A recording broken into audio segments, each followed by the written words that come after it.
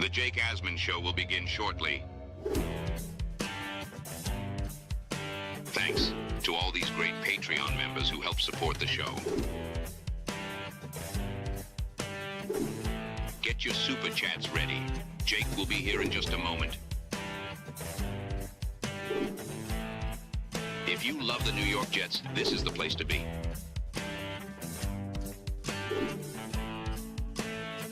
And now, the Jake Asman Show. Man, thank God the Jets had a really good week of practice, because could you imagine how much worse that would have been today if they didn't? This team is a joke.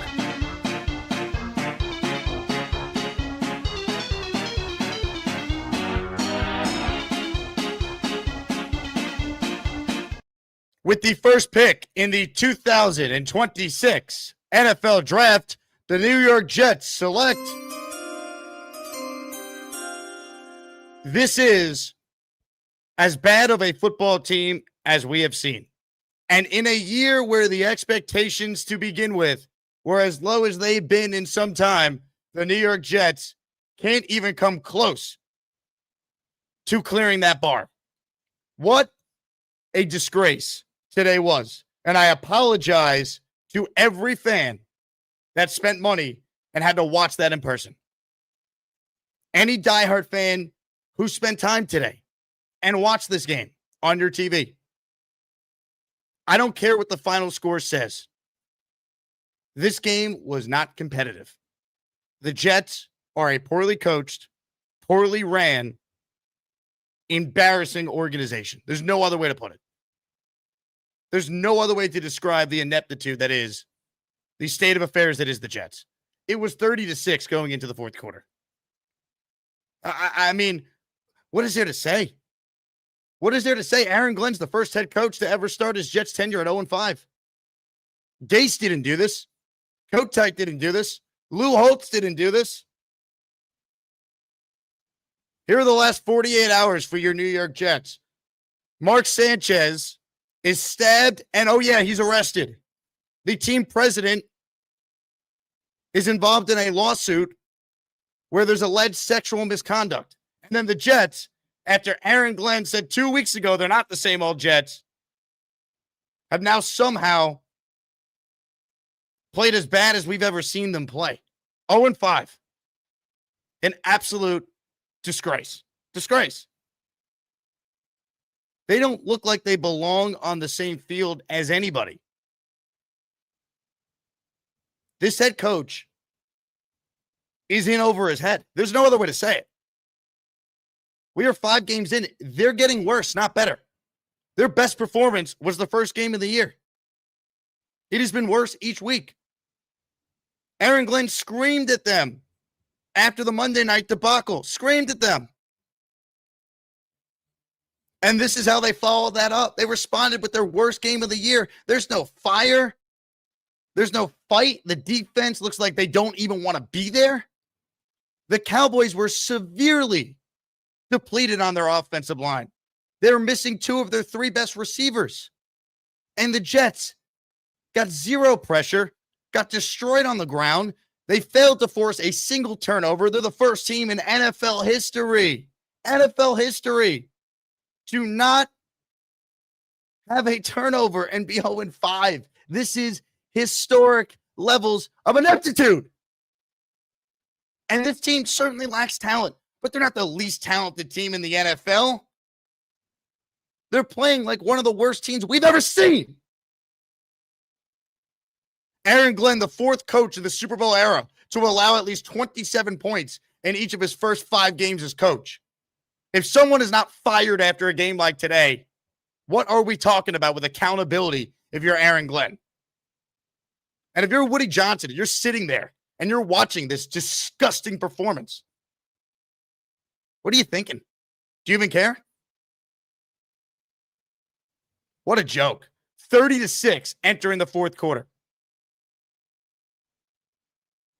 They are an embarrassment to the profession. They are an embarrassment to this great fan base. It's enough. And stop making any excuses to justify this. If there's a single fan that tries to argue, well, Jake, what did you expect this year? You didn't expect this. You expected this team to be on a coat-tight level? On an Adam Gase level? Even Adam Gase won 7 games his first year. This team won't sniff 7 wins. Won't sniff it. They stink. I'm at a loss for words. This team has quit on their coach already. Tell me they haven't. 2:18 to go, left in the half. It's 10-3. Dallas is backed up at their own 4-yard line, and the Jets proceeded to allow 2 touchdowns in 2 minutes and 18 seconds before halftime. They missed 13 tackles for 179 yards in the first half. In the first half alone, they missed 13 tackles. They have quit on this head coach, or at the bare minimum, they have quit on this defensive coordinator who has to go. The head coach has to show some balls and take over his defense. This is a travesty, what we are watching. It should not be this goddamn bad. It is unacceptable. If you are accepting this, you're part of the problem. The bar was low, and the Jets can't even clear that. Some of you were happy after week 1. They scored points. Yay. Now they're winless, and it's gotten worse every game since then. Offense, completely lifeless. 6 points going into the fourth quarter. Once again, Breece Hall, the latest Jet, to have a catastrophic turnover. You know the defense won't pick them up. Of course not. Why would they? Justin Fields is not built to play in a game where he has to drop back this many times and try and make plays with his arm. He can't do it. That's not his game.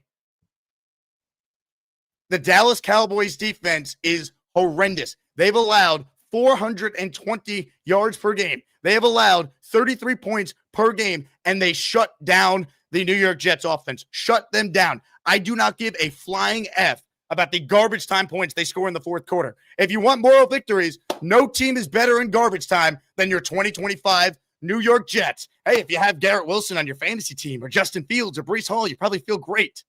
Go screw. This team stinks. Stinks. Starts with the head coach, starts with the general manager. Their first offseason, brutal.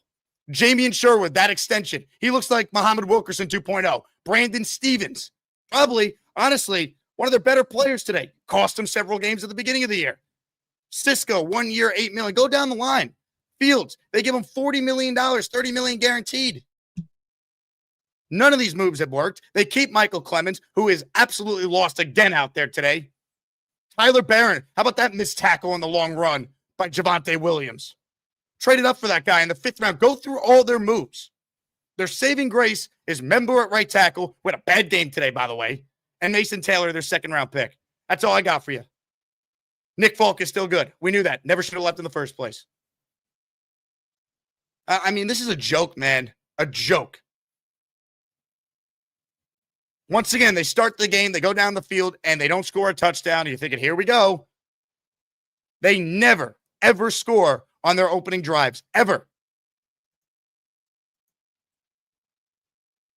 Solomon Thomas being left unblocked on 3rd and goal.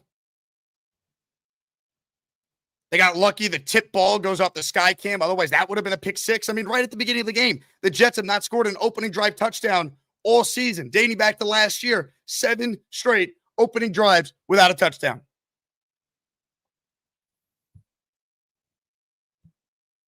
It never ends. 3rd and long, can never get off the field. Watch the tackling effort as the Jets defense is playing in slow motion on the Jake Ferguson 26-yard touchdown run where he's untouched that put Dallas up 10-3. A lead they had for good after that. What are we talking about here? The defense does nothing. They put no pressure on Prescott. The offensive line for the Cowboys was battered, in shambles. It doesn't matter. And now the Jets are going to go to London. They're going to lose. They are going to be 0-5, 0-6. And their only chance of a win might be the Carolina Panthers, who, by the way, just beat the Dolphins. This team is bad. And I'm telling you, they look like a team, at least on defense, that's quit on the head coach / defensive coordinator. Something's got to change there.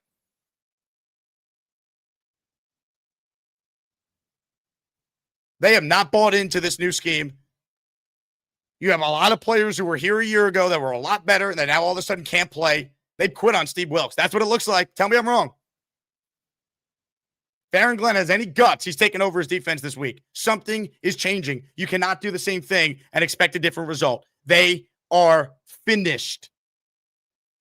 30-6 going into the fourth quarter. I don't give a flying F if the final score makes it look like it was a little better than it was. Oh, the box score. Justin Fields. He was 32 of 46 for 283 yards, 2 touchdowns. Breece Hall at 130. Who cares? They stunk. They are poorly coached. They have no leadership, no fight. There is nothing positive from this result today. Not a damn thing. 10-3. This game is 2 minutes to go, 2 minutes and 18 seconds specifically after that Breece fumble, and then the defense completely collapses. They allow 2 touchdowns in 2 minutes and 18 seconds. Doesn't freaking help that the offense in between those 2 touchdowns has the fastest 3-and-out you'll ever see. Oh, my God. I am so disgusted. This fan base deserves so much better than this BS that we continue to watch. And this will not be a long post-game show because I'd rather watch a real team that's actually in the playoffs because the Yankees are on right now. So I can't. What else is there to say? This team is a disgrace. They are an embarrassment to its great fan base. This head coach looks in over his head. If this does not get better, we are going to entertain the conversations of him being one and done. He will be Gerard Mayo. How could he not? He is a defensive coach. This is the worst defense in franchise history through the first 5 games of the year. I mean, this is unbelievable. How bad it's gotten. It should never look this bad, ever. But don't worry. Head coach said they had a great week of practice. Joke. Absolute joke. We're the freaking New York Jets, so we're shit. Like, if you're Woody Johnson, what are you thinking? What do you say? It's embarrassing. How about this for starters? If it keeps trending this way, maybe next time we do the coach and GM search, we stop hiring guys that have never done the goddamn job before, that are learning on the job. I don't want to rip Aaron Glenn and hate on Aaron Glenn. He didn't hire himself. But he's clearly not ready. He's not. It's a different job being the head coach of the New York Jets. It is a different job. Playoff droughts at 15 years now. Different level of scrutiny and pressure. It is not for first-timers, especially when the GM is also a first-timer nobody's ever heard of before. Joke. And this head coach, for him to say they are not the same old Jets when the defense is allowing 31.4 points per game, and he's a defensive-minded head coach, and Steve Wilkes is an experienced DC, 7 years combined of DC experience, and this is the crap we got to watch? Are you kidding me? This fan base deserves so much better. Forget rock bottom. We're at the core of the earth right now. It's how bad it is for the Jets. Joke. And seriously, what's changing right now? What's going to magically get better? Oh, but Jake, when Glenn was in Detroit, the Lions started 0-8. I don't care. That team didn't have talent. This team has more talent than that team. These guys have quit on the coach. That's what it looks like. 30-6 going into the fourth quarter. The Cowboys defense, folks, is actually worse than the Jets going into the game today. Think about that. They couldn't do anything. They couldn't protect. Fields couldn't process. They have one receiver. They can't tackle. They're bad situationally. What's the one thing Aaron Glenn said? The last 4 minutes between the halves is the most important aspect of the game, right? Final 2 minutes before halftime. First 2 minutes at a halftime. And look what the Jets do in these spots. They get outplayed. They get totally destroyed. This is a joke. They are a disgrace. I don't have any words to describe it. I'm sorry. I really am. If you're watching, thank you. Many of you will be gone after this. I don't blame you. Look where the Jets are picking right now. We'll have all offseason to debate which crappy quarterback the Jets will take and then ruin in 3 years. Can't wait. This is rock bottom, folks. And, of course, the Yankees just give up a fucking 2-run home run. God damn it. Oh, my God. I can't. I cannot do this right now, man. I'm not in a good spot. Holy hell. I'm just beaten down. I really am. Open phone lines for anyone else who wants to talk on the show. Thank you for watching. Please like the video. Subscribe to the channel. I'm going to lose my mind right now. I already have. I root for this crummy team. Hey, but don't worry. At least our head coach can dance.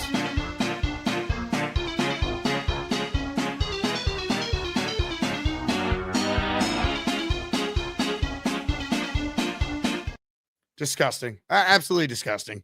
Reminder, we have the show as a podcast on either Apple or Spotify, so check it out if you ever miss the show live. Reminder, our raffles Tuesday this week. We're giving away a signed Namath helmet, signed Corbett helmet, or signed Corbett football, and a signed Sauce Gardner jersey. And I will share the giveaway here. I'm actually really excited about this. It's a bummer that our football team is a joke. I teamed up with Fanatics to do some giveaways on the show featuring the Jets' new rivalry jersey. I have right here in my hands. They were nice enough to send me a Sauce Gardner jersey. So I will raffle away a Jets rivalry jersey at the end of the show. Garrett Wilson is today's player. So if you send in a $10 super chat or higher or gift memberships, not only will you be entered in our weekly raffle series, but thanks to my friends at Fanatics, you'll get a chance to get a brand new Jets rivalry jersey. But that's all I could do, man. We could only just try and support this team somehow, some way, because it really makes no sense otherwise why we do what we do. All right. Some super chats here, and then we'll do some calls. Just unbelievable. Also, when Glenn is done speaking, I will grab his presser and we'll play some of that garbage. Mr. Gorilla Salad starts us off. This team is a crime against humanity. Woody Johnson should be prosecuted for putting this product out for consumption by the public. It's an embarrassment, man. I mean, you have the Jets team president being sued for alleged sexual misconduct. Mark Sanchez is getting stabbed, and then he's getting arrested. And then the Jets follow that one up with this performance against the Cowboys. What a weekend for the NYJ. Hex writes in, I'm starting to think the Jets' only hope is if I discover a magic lamp. Good luck. David, you're the first to gift today. We got you in the raffle for the jersey at the end of the show for $5. John B says, new record, Jets are first team to go 0-5 and have 0 turnovers. That's right. Mike Perez is proud of the guys. They fought back. Yeah, look, I haven't heard Glenn's presser. If he tries that BS, he should fire himself right now. Jeff says, don't worry, AG's going to have to look at the tape. Oh, I'm sure. He's going to have to look at the tape. Haven't heard that one from a Jet coach before. Look at the tape. Unreal. Go look at the tape. Could always beat the narrative of same old Jets, but it's not. But I know this, they're not the same old Jets. Everyone wants things now. It's the instant coffee age. But at the same time, we're grinding. Here's what I do know. I know this is an instant coffee league. I know from the media to the fans, everybody expects this, when you just start, okay, we're going to the Super Bowl. But we've all played Legos before. We'll watch the tape. Watch the tape. Yeah, go watch that tape. Here's what the tape is going to tell you. We're the freaking New York Jets, so we're shit. That's what the tape's going to tell you. Joke. JYB says, I'm not happy with Glenn at all, but when do we start blaming Woody? Blame him right now. Who hired him? Who hired him? Who hired another first-time head coach from a defensive background? After they did that with Saleh, Bowles, Rex, Mangini, Herm, Groh. They needed someone with experience. They tried it with Adam Gase. This franchise. It's unreal. It's unreal. And look, Glenn's not making it through the year if this team wins 2 games and it looks like this the rest of the way. He's not. He'll be Gerard Mayo. But I'll tell you what's going to happen, folks. And let me be on the record to tell you this. The New York Jets are going to win 2 of their last 3 games. That's what they do. Look at the schedule. They will win 2 of their final 3. They will beat the Saints and or New England at home And then they'll beat Buffalo playing for absolutely nothing with the 1 seed locked up in week 18. They will win 2 of their last 3. They will feel like the most meaningless, empty, hollowed wins ever, but that's when the wins will be coming. They will win 2 of their last 3. They might win a game against Carolina or Cincinnati before then, maybe a Cleveland, but I don't know. This team is not sniffing. It's 6.5 win total that Vegas had before the year. It's not. FanDuel had 6.5. They're not coming close to that. No chance. Jetpack says free Sanchez. Mr. Gorilla, do you think we can get Rex in-house this season to try to recover and save some face? He's not going to fire Aaron Glenn in the middle of the season. Steve Wilkes, I don't know if he's surviving this week, though. There's clearly a disconnect between him and the defense. I mean, folks, the Jets in the first half missed 13 tackles. They're not playing.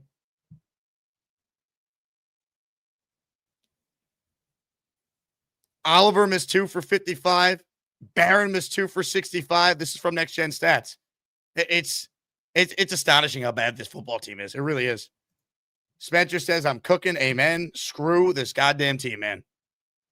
Bino says, Jake, you said it best. They are the get-right team for opponents. Poorly coached and quick to quit. I don't see AG overcoming the stench he's got now. Nah, he's in it. He needed some wins early. He didn't get them. And now his team is checked out. He needed wins early. You want to prove your program's working? Get some wins early. You got nothing. Mac Daddy says, so sick of this poverty franchise. Only thing missing was the typical passes in the flat for loss. Bought tickets to London, now dreading the trip. F you, Jets. Let me say this to anyone going to London. You'll have a great time before the game starts. Go to some of the Jet fan meetups. I'll share the info on my Discord for anyone who's a Patreon user. We'll publish it on the show. But there's a lot of great Jet organized events, Jet fan organized events with Gangrene UK and the Green Smoke Jet fan crew out there. I was there last year. I had a blast till the game started. You'll have fun. The game's going to be terrible, though. If you go into it knowing it's going to be awful, maybe you'll be all right. I don't know. They're not winning next week, though. You want to hear something cruel? So I do a weekly radio show with Mike Tannenbaum from 8 to noon on ESPN New York. I will be on for the first 3 quarters of the Jet game. Oh, my God. This joke of a franchise. B. Ramos says, some of the worst football in a long time. Don't be watching hung over any more games. We'll just watch your show to support you, not this team. I appreciate it. To everyone who still watches this show, I'm truly grateful. I make my living doing this, so the fact that, across all Jet YouTubers, we're all down about 50% in views year over year. It's only going to be worse now. Sucks. That's why I appreciate anyone who still tunes in or is supporting me on Patreon or sends a super chat or enters a raffle. We all appreciate it because we live and die with this team, and all they do is stick a knife in our hearts. B. Ramos had to resend. We'll only watch you, not the team. Thank you, my friend. Gorilla says, how do you feel about AG saying they're having damn good practices? I think he's a fool. Here's my suggestion for Aaron Glenn. Don't practice. Seriously. If this is what it looks like when you have a really good week of practice, don't practice at all. Don't. Just do nothing all week. I'd rather it look like that if I know you're doing nothing all week. The fact you're actually trying and it still looks this bad, embarrassing.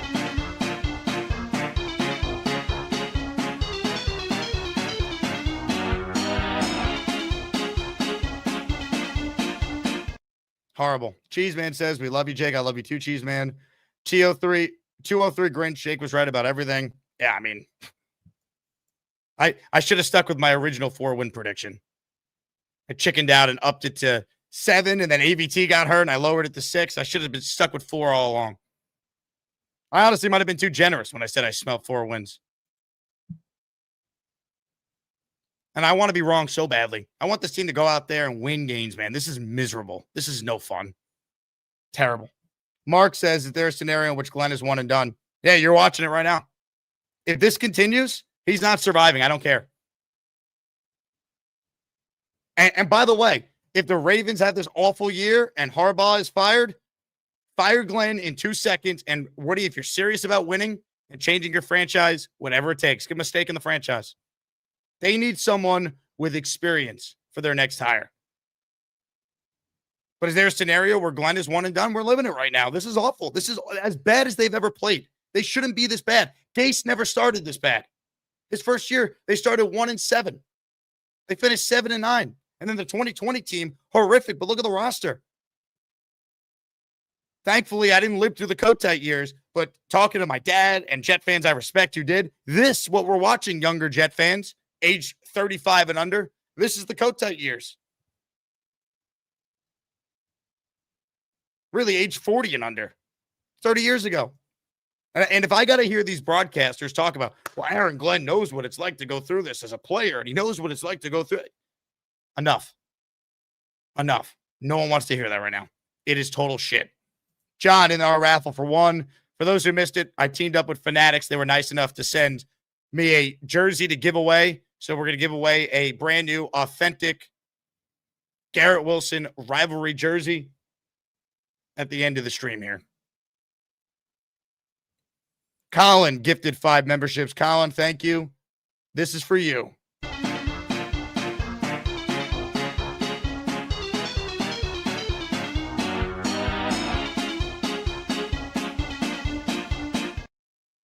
Spencer Green says, here's the only bright spot. Let me hold that dub jersey. You're in for 5, Spencer. Eli also in for 5. Chris says, Jake, this is a joke. I was wrong about Fields. He's not the guy. This is a disgrace. Fire Wilkes now. This is an all-time low. Better fix it.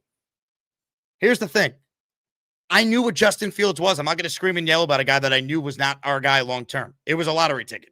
At times, Fields, if he's in the game script of like, it's close and it's not, he has to be one-dimensional and drop back and throw. I think if they were well coached, they could have been 2-1 in his starts this season. I really believe that. Right? If Mike Tomlin was the Jet coach, they would be 2-1 with Justin Fields in his 3 starts. If Tomlin, let's say, was coaching this team the entire way, instead of 0-5, they might have 3 wins right now. That might be 3-2. This team is so badly coached. We could say the talent is not great. There's enough talent to not be this bad. You realize right now the Jets are the only team that has 5 losses. Tennessee's playing right now. They're down 14-3. That team had the number 1 pick in the draft last year. They suck. We know they suck. And while the Jets weren't good, they shouldn't be 0-5 like the Titans are going to be. This is headed for one of the worst years in Jet history, which is saying something. Embarrassing.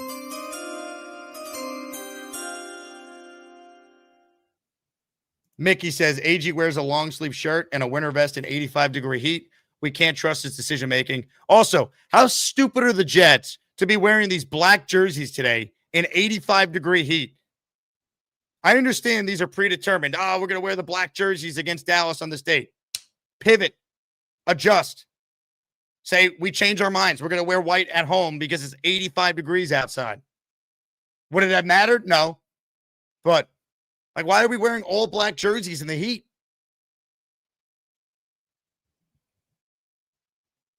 God of Nad says, I'm glad I didn't buy tickets next week for my 30th birthday. We're going to Sweden instead, so the day isn't ruined. Thanks for being here. Thanks for watching. You'll have more fun in Sweden than you will watching the Jet game. J8 Silent Bob says, I'm sorry, Jake. QCOD Jet fan drove 4 hours to see this bleep show. Linebackers are useless. No pass rush. Fire Wilkes. This team never prepared. Yeah, I mean, Wilkes, I think, has to go. There has to be someone accountable for this. I'm not a fire someone guy right away, but desperate times call for desperate. Like, you have to send a message. This is an embarrassment. Mr. Reality putting words in my mouth, claiming I like the Glenn hire, you flip-flopper. I got on board with the hire because I'm a Jet fan. My choice was someone with previous head coaching experience. Do not put words in my mouth. I wanted the New York Jets, of the candidates they spoke to hire Brian Flores. I really wanted them to interview Mike McCarthy, John Gruden, and Pete Carroll. They didn't speak to any of them. So do not tell me that I liked the Glenn hire. It wasn't being anti-Glenn. It was, I didn't want someone with no previous head coaching experience. And the chat could back me up. You utter fool. Do not say that I am a flip-flopper, because one thing I am not is that. I am consistent. I am not always right. In fact, I'm wrong all the time. We all are. If you give opinions on sports for a living, you're not going to bat 1,000. But I hope I was wrong.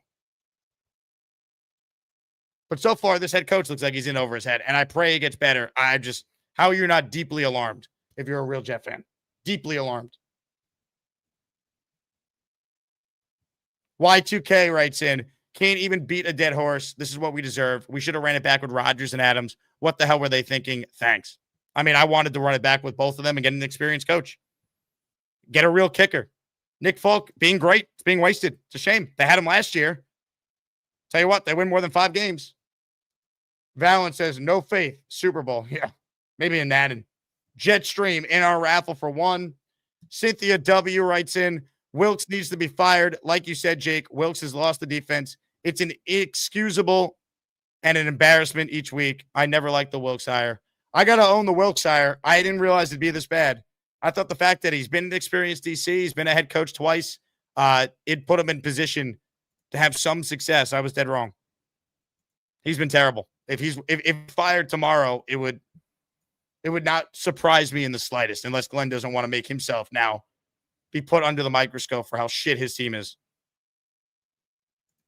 Weesack says, paper bags coming out in London. Team is rubbish. Leave them in London at this point.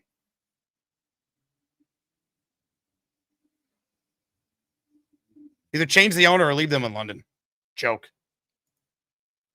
Jets need an Enema. Thank you, Beastbreaker. I don't know what that means. Sean with a super chat.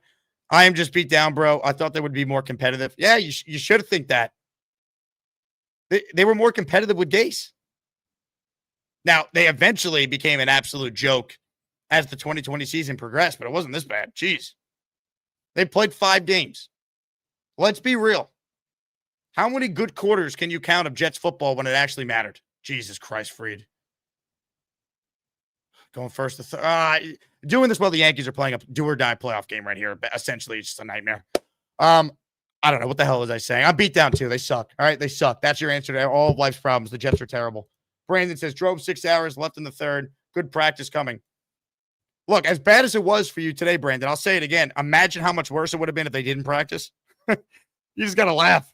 If this is what a good week of practice looks like, holy shit, man.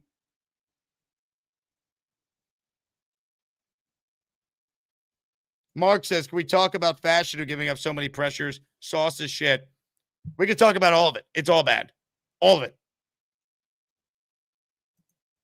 What's crazy is until that touchdown, Sauce was actually having a good game. He was probably one of the few defensive players I had in my notes that was like, I couldn't kill. He tackled well. He was good in coverage. Pickens wasn't killing him until that play. YoCat says, Jets are a lock for a top 3 pick. There's no way this regime should be allowed in that decision. Look, if they're picking in the top 3, top 2, I'd clean house with everyone. I would. I've been out in front of this. If it keeps looking like this, they should not be back. Cut your losses. Don't delay the inevitable. They don't have it. That's how I feel. It better get better. Otherwise, that's going to be my opinion.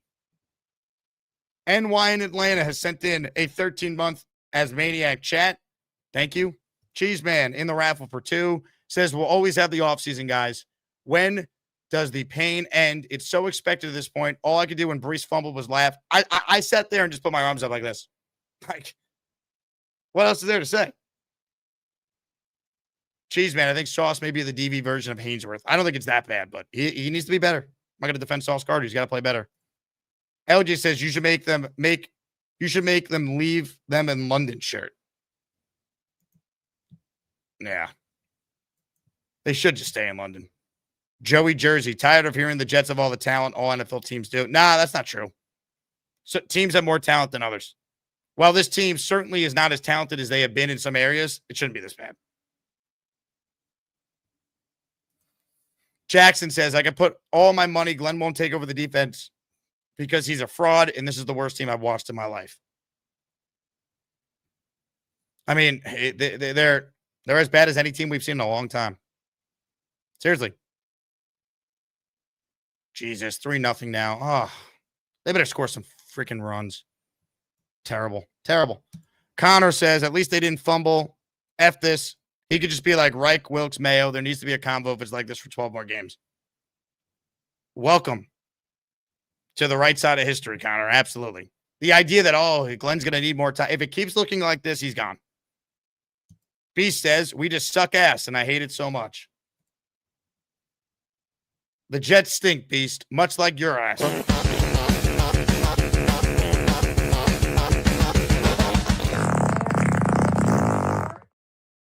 Absolutely horrendous. All right, here's what we're going to do right now. Keep sending in your super chats for me to respond to. We are going to give away a Jets rivalry jersey courtesy of Fanatics at the end of the stream here. I want to thank the 1,500 of you who are watching the show. Oh, my God. Another run. I'm just, here's Aaron Glenn's presser. I can't speak right now. Here's our great head coach who's now 0-5.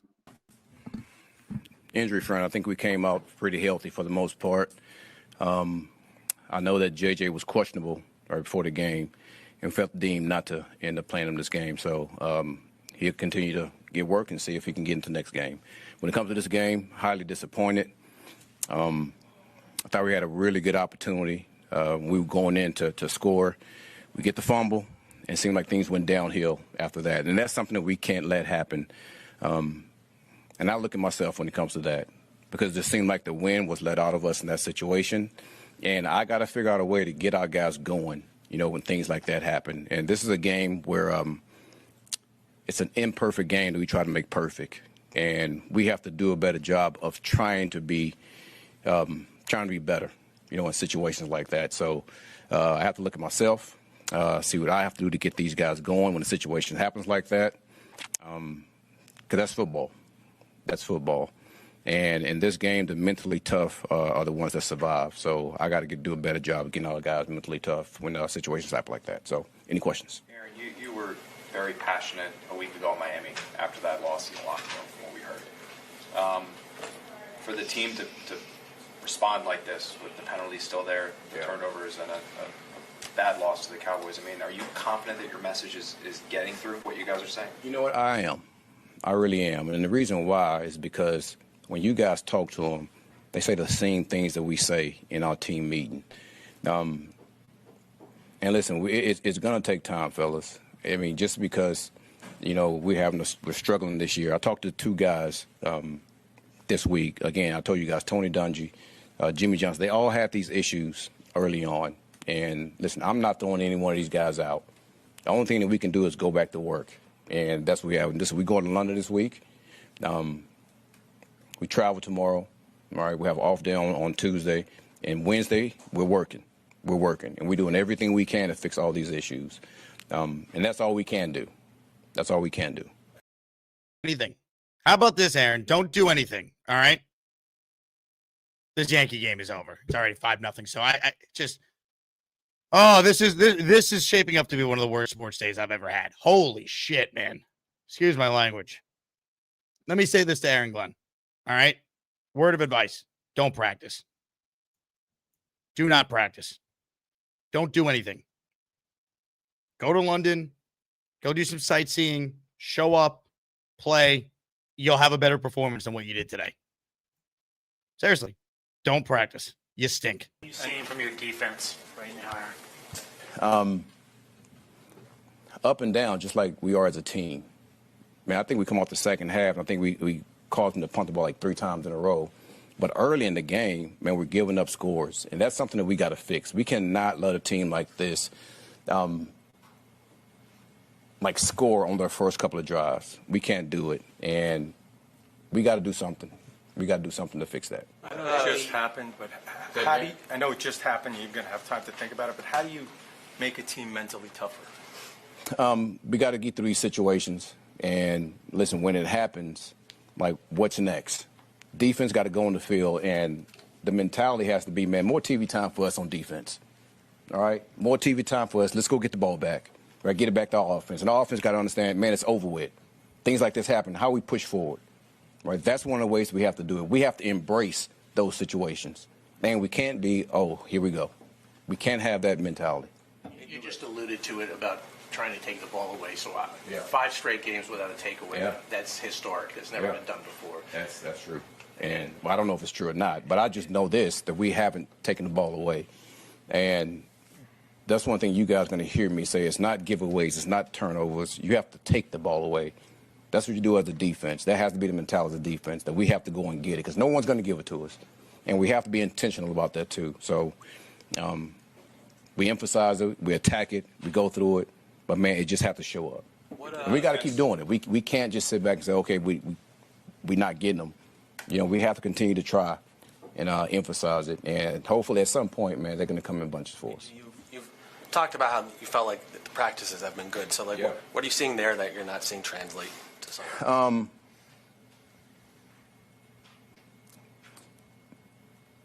The practices have been damn good.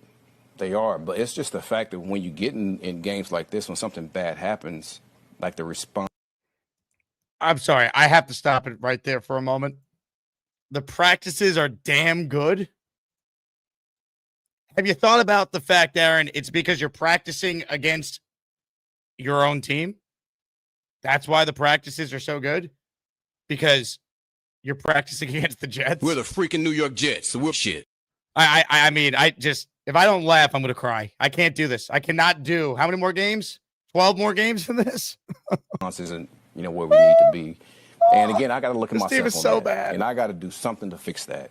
And we're all in this together. But I do know this, man, it all starts with me. I do know that. So we got to fix it. We got to fix it. Did you sense any lack of fire on defense? And I'm alluding to one play in particular, the long run right before half. Yeah. No, I didn't. Because it looked like he just. I didn't. I didn't see any, because if you go back and look at that play, I think he was hitting the backfield by Tyler, and we missed the tackle. Correct me if I'm wrong with that, but I think that was the play. And then we had two guys that actually converged and hit him, and he ended up slithering through and making a long run. I think we were in a pressure on that. So usually in that situation, when you get past that second level, man, it's yards there. So we got to make sure we make the tackle, win that situation. With the defense struggling the way it is, Aaron, is there any consideration from you to take a more proactive approach in play calling? I know that's going to be the thing that everyone says, but I always go back to... It should be. It should be. Your defense is historically inept. What do you mean that's going to be the story? It should be the story. You're 0-5. No Jet head coach has ever started 0-5 as a first-timer. You have 8 of your 11 starters back from a year ago. You don't have a turnover. You're the first team to ever do that. Ever. It's going to be the story. It should be. It's going to be the story. Yeah, the story is also you're going to be one and done if you don't figure out a way to win games, Aaron. Win football games. You're not guaranteed this long job. You're not taking over this long, expansive rebuild. Don't flip the narrative. That's not what you were saying at the combine after you got rid of Rodgers and Quinton Williams said, I guess another rebuild. This is what you said in response to that. We're here to win now, and we're looking forward to it. When does the winning start? Oh, my God. I can't. God. And making a long run. I think we were in a pressure on that. So usually in that situation, when you get past that second level, man, it's yards there. So we got to make sure we make the tackle, and I feel the exact same way. Have a lot of confidence in Wilkes. He's done a lot of great things in this league as a defensive coordinator. And I'm going to allow him to do his job. I am. Because once things change, then the mentality of everybody starts changing as far as, he can coach, and that's what happened to me. So I have all the confidence in the world in him. I have all the confidence in the world in Tanner and all the confidence in the world in Banjo. I'm going to let those guys do their job. From the outside, fair or not, it looks like it's not progress. It looks like kind of farther away than you were at the beginning of the season. How do you make sure that's not the feeling inside the building and inside the locker room? Well, I disagree with that. And you're right to have your opinion, because when you look at it, man, we were running the ball like crazy. I mean, I don't know how many yards Brees averaged a carry, but I know it was up there. So there was a lot of good things that will happen. The thing that we got to fix is we can't do the things that cause you to lose games. And that's really 2 things that come up. Well, 3 things, really. Taking the ball away, turning it over on offense, and, man, try to take some of these penalties out. Like, those are 3 things that cause you to lose games. We're doing so many other good things, so many. And we just got to figure out a way to, stop those things. Aaron, Well, you're 0-5, which no Jet coach has ever been in his first year. And I'm just wondering, how stunning is that to you that you're sitting here, sitting on that record? It's a tough game. It's a tough game, and it's coached and played by real men. And listen, I'm gonna embrace this challenge. All right, just like any other challenge. And we're going to figure out, as a team, we're going to figure out how to get out this hole. So me being the head coach, listen, we're 0-5. Okay, I got it. But we're going to figure this thing out and get out of this hole. With the pass rush. They will not sniff a 500 record the rest of the way. They're in this hole, and the hole is only getting deeper. Specifically, Dallas was banged up on the O-line. Yeah. Obviously, you guys just missing Jermaine. Yeah. But I think it was one sack, and that was that run by Dak at the end where he slid short of the line of scrimmage. Yeah. Why do you feel like you guys aren't getting more pressure on the Man, quarterback? I wish I knew, because we have some guys that are true pressure players, and Tua and Quentin, and I think Will's a pressure player in himself. And sometimes as players, you got to take it upon yourself. Man, how do I get better? How do I perfect my craft, do that? And then we, as a defensive staff, we have to make sure how we put those guys in position so they can, go and make plays. So to me, that's a little bit of both sides working together on that. But I do know this. We as a coaching staff have to try to figure that out. And we have to put these guys in some one-on-one situations so they can go rush the quarterback. We got to do a better job there. Thanks, everybody. What a presser. Thank you, Aaron. Thank you. I love how he's like, I want to let my coordinators do their jobs. Now, your job as the head coach is if you have incompetence, fix it. This is not good. Not good. We're headed down a very dark path, folks. We really are. He cannot survive if it doesn't get better and they're winning 2 games this year. I mean, they look like they quit on defense today. When he goes and watches the tape, as he loves to bring up, he'll see that. Man, this is as bad as it has been. Even in 2020, when it was awful, like we knew what that was. Coach had to go. He never should have been hired in the first place. They needed a quarterback. Turns out they just screwed over Sam Darnold. But the thought was we needed a quarterback. It was a good quarterback class. Trevor Lawrence, Zach Wilson, Justin Fields, Mac Jones. Let's not remember what they now are. Like that was the storyline then. Like 2020 was a lot easier to stomach. I was rooting for losses for most of that year. I was actually getting what I wanted.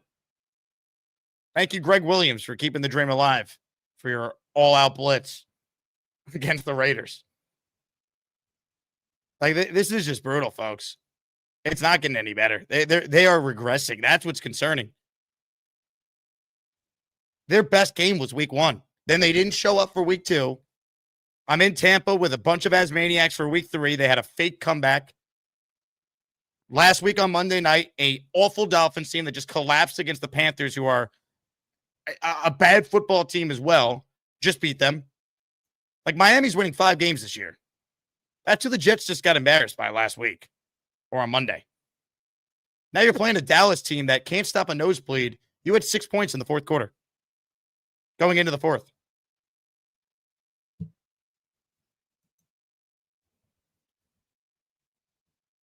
This is, I mean,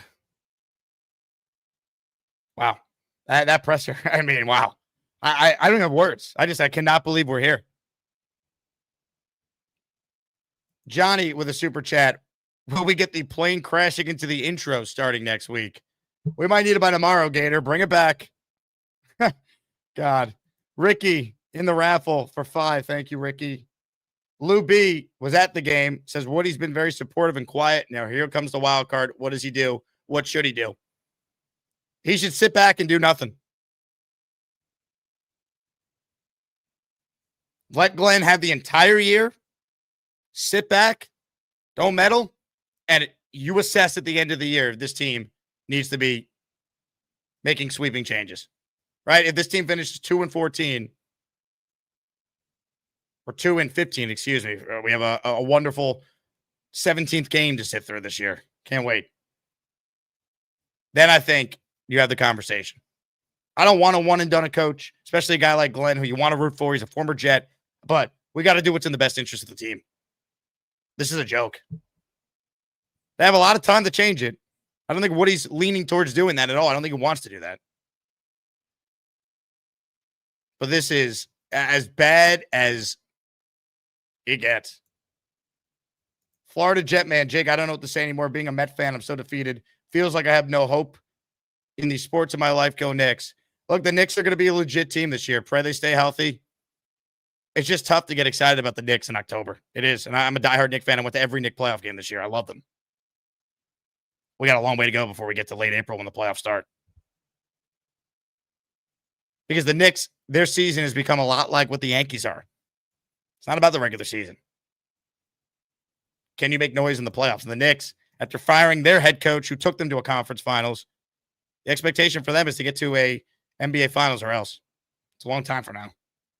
Wildcard says, Jake, I'm at a loss for words right now. I didn't expect to make the playoffs, but holy shit, I did not expect to be this bad. Please, Knicks, don't let us down. You're all we have left. Sad. Steven says, when are you starting a Knicks channel? We might have to, folks. If you're not an NBA fan or a Knicks fan, if you're a Jet fan, pick the Knicks as your team. We might need to lean into that. This is getting ugly. Ant says, practice players executing versus practice players in practice. 0-5, we're talking about practice. Look, people think I'm kidding. I wouldn't practice this week if I'm the Jets. Because, at least if you play this bad and you don't practice, I could say, well, they didn't practice. When you come out on Friday and say, you had a great week of practice, and this is how you do, this is how you show up.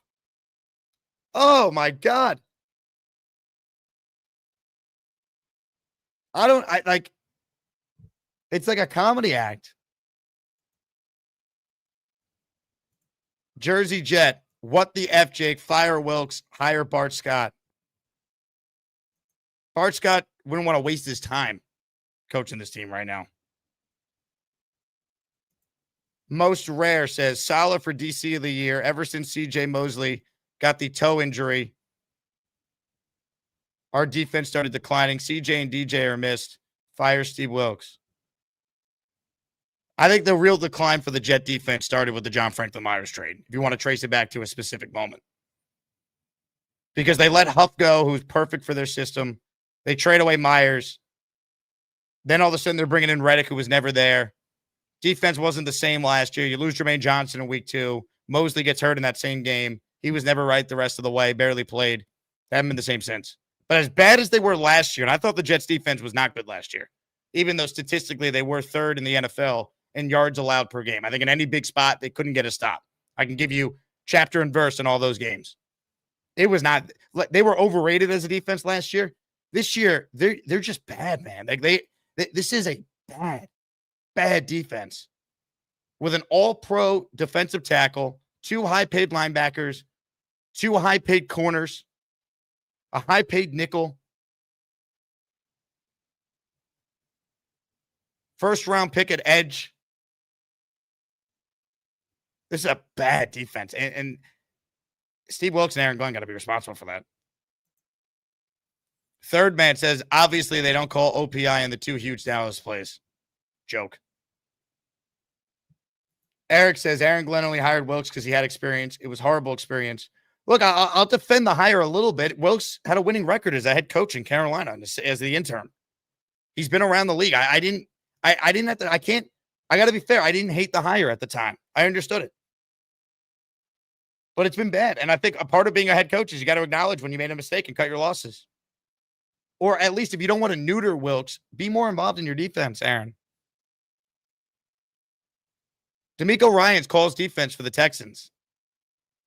Some of the best head coaches in the league, they call plays for their side of the ball. That's their expertise. That's what got them there.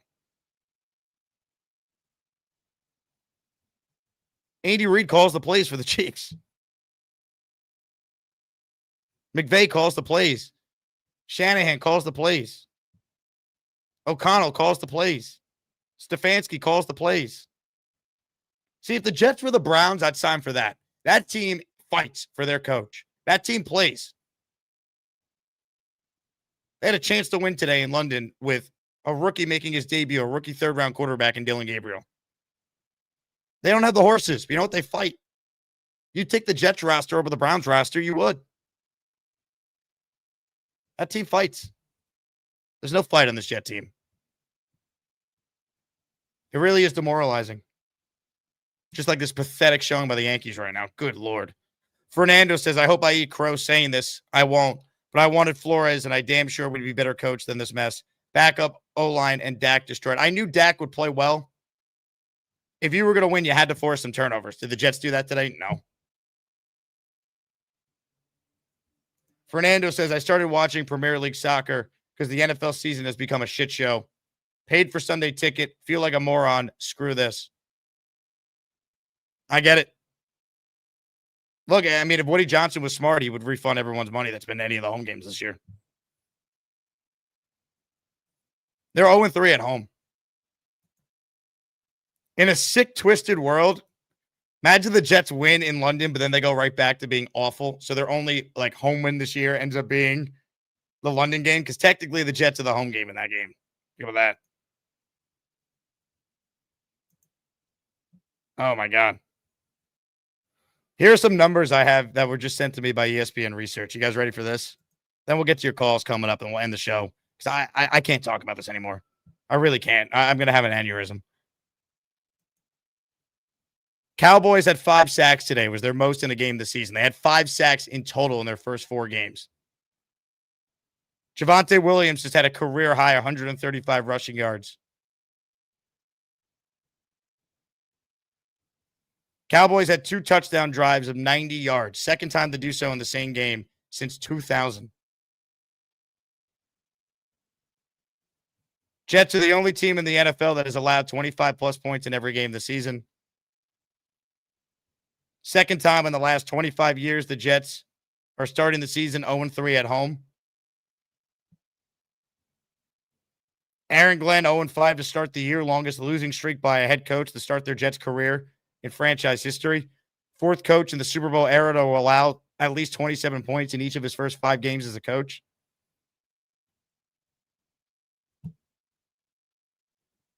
Wow.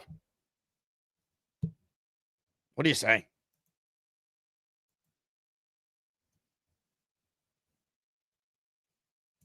Y2K Bean says, who the F did Glenn and Muji think they were, kicking Rodgers to the curb? Last year we were close. Beat the Bills Monday night, and you destroyed chemistry. I mean, they fired Robert Saleh at 2-3. It proved to be a costly mistake. Turns out, while Robert Saleh might not have been a good head coach, the one thing he was good at was coaching this defense. And I think this defense, they have never bought into Steve Wilkes, because they probably deep down harbor resentment for the fact that they're being coached by someone that's not Saleh/Ulbrich. That's my theory, because they look completely checked out today. And I think if they got some results early, if they were winning, there'd be some buy-in for a new coaching staff. But these guys have no pelts on the wall. They have no, this is not Parcells coming in, taking over the coat-tight Jets. Parcells had 2 rings. He went to a 3rd Super Bowl with the Patriots. The last memory we have of Aaron Glenn in Detroit is his defense getting destroyed by a rookie quarterback at home. Sucks. Cash Money Mike says, Jets effing sucks. Sweaty balls.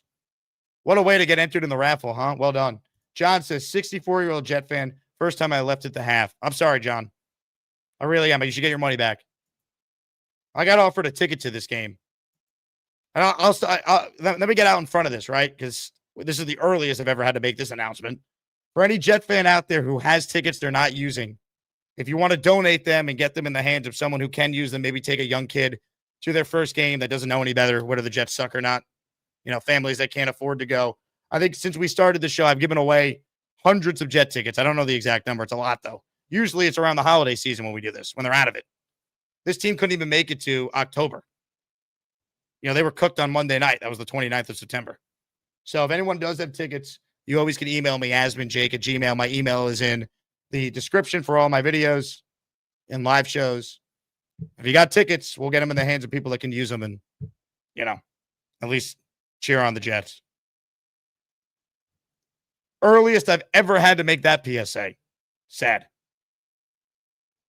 Really is. If you want to join our Discord, by the way, especially anyone going to London, patreon.com/Jake Asman Show. We'll give you access to it. Plus, your $6 a month keeps the show afloat. So thanks to everyone who supports us over on Patreon. Michael says your dad's 150% right about the coat tie comparisons. Thanks for your hard work. Appreciate it, Michael. I mean, this is as bad as it's been since then, you could argue.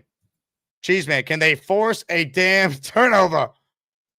Who's ready for Joe B on the show tomorrow, huh? Do they ever force a damn turnover? I'm worried Joe might cancel on me. I got to check in with him tonight. I'm not going to do it right now.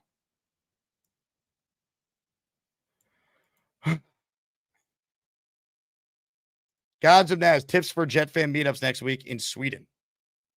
I don't know. I can't help you there. I know there are Swedish Jet fans, but I'm sure a lot of them are going to London.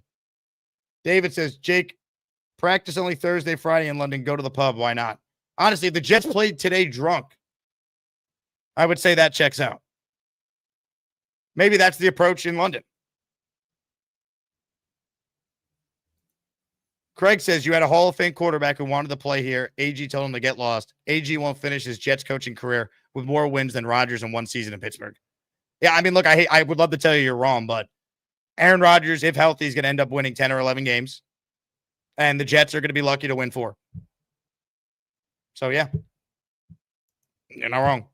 I wanted to bring Rodgers back, so I mean, I can't sit here and say you're wrong. Once they moved on from Rodgers, my opinion was bring in Fields because at least there is that chance of some upside with a 26-year-old. But, you know, I knew what he was. I knew that he wasn't going to be the long-term answer. In all likelihood, they're going to end up drafting a quarterback. And now, here's the problem with that. One, there's no clear quarterback that have really, no one has really truly distinguished themselves to this point. Someone will, or even if they don't, guys are going to get drafted in the first round. That's how the sport works. But you trust this regime to draft the quarterback? Have they earned the right to pick a quarterback based on what you have seen? The answer to that is no. Will they get the opportunity to do it? I mean, I'd imagine they would. I don't know if Woody wants to fire a coach and GM after 1 year together, but I mean, if it's this bad, the fact that it's a real discussion on October 5th is a crime against humanity for any true Jet fan that lives and dies with this team. Ralphie says, Jets D-line and linebackers totally made business decisions on that last Dallas scoring drive, but I will be in London rooting for the Jets. At least your knockout picks are 100%, Jake. I can't lose in the knockout pool. Week 1, I picked the Steelers. Week 2, I picked the Bills. Week 3, I picked the Bucks. Week 4, I picked the Dolphins. Week 5, I picked the Cowboys. My pick for week 6, the Denver Broncos. I'm trying to lose. I put $100 on FanDuel before every Jet game on the opponent. It's unbelievable. I'm literally trying to lose money. Oh my God. Warren just came over. Whatever.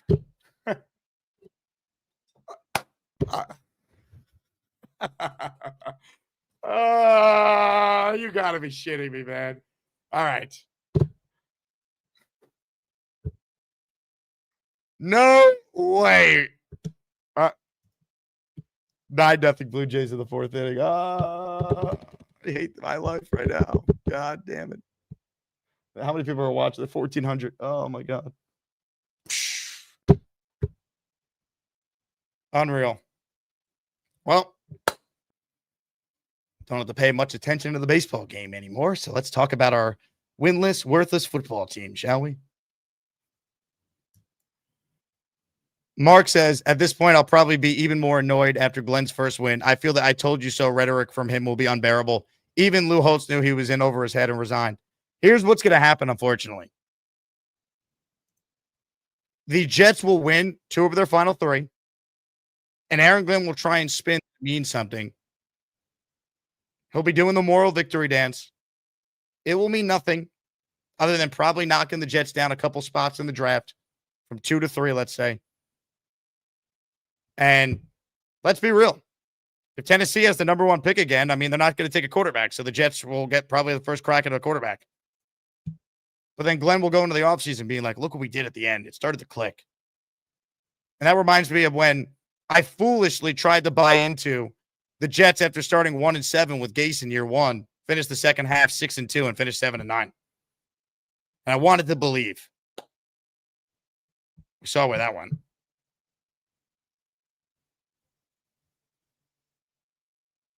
I mean, this is something, man. Who's ready for those moral victories at the end of the year?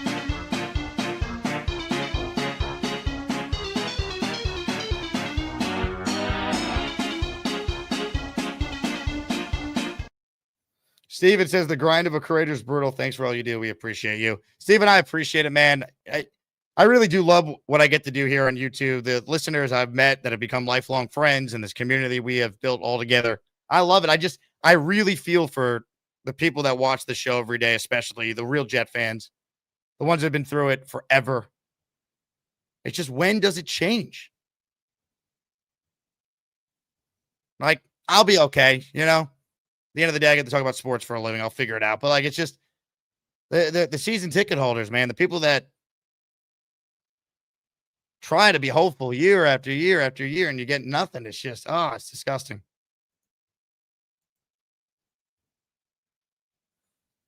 Brutal.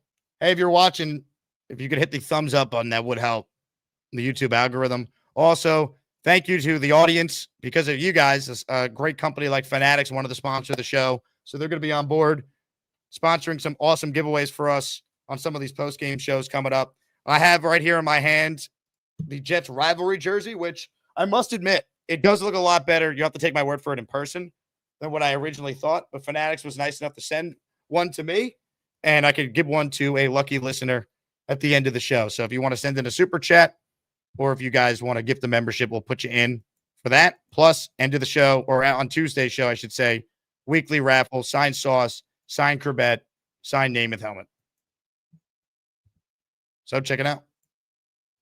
All right. Are we ready for some calls? We're going to find out.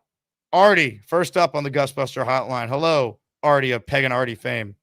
Hey, what's up, Jake? Sorry, it's a bad day, buddy. I mean, I don't understand this coaching of the defense. What annoyed me, I think, more than anything is as the Dallas offensive line is all going to the left, everybody on the Jets defense is also going to the left, and all they have to do is roll out a running back. There ain't somebody within 15, 20 yards of him. I mean, this is a poorly coached defense. I mean, it's not even about the players. The whole thing is just bullshit. And I think somebody else also in the chat. Now, I know Tannenbaum's a great guy, and I know he's a colleague of yours. But, I mean, who hires a guy they fired to get him a head coach? I mean, it's just the whole thing is bizarre. It's just like trading for a player that holds out. I mean, everything they do is fucked up. Yeah, so I don't even know what to say, man. I ain't got much else to say. I just wanted to say thank you for having this platform for us Jet fans. Everybody does deserve a lot better. It doesn't look like it's coming anytime soon, though. I mean, as positive as I am, I'm about ready to give up, too. I mean, I don't even know what to say anymore. I appreciate it, Artie. Yeah, it's just, by the way, 11-0 now. Just, you got to just laugh. Whatever. Honestly, I hope the Yankees get killed. Just flush it.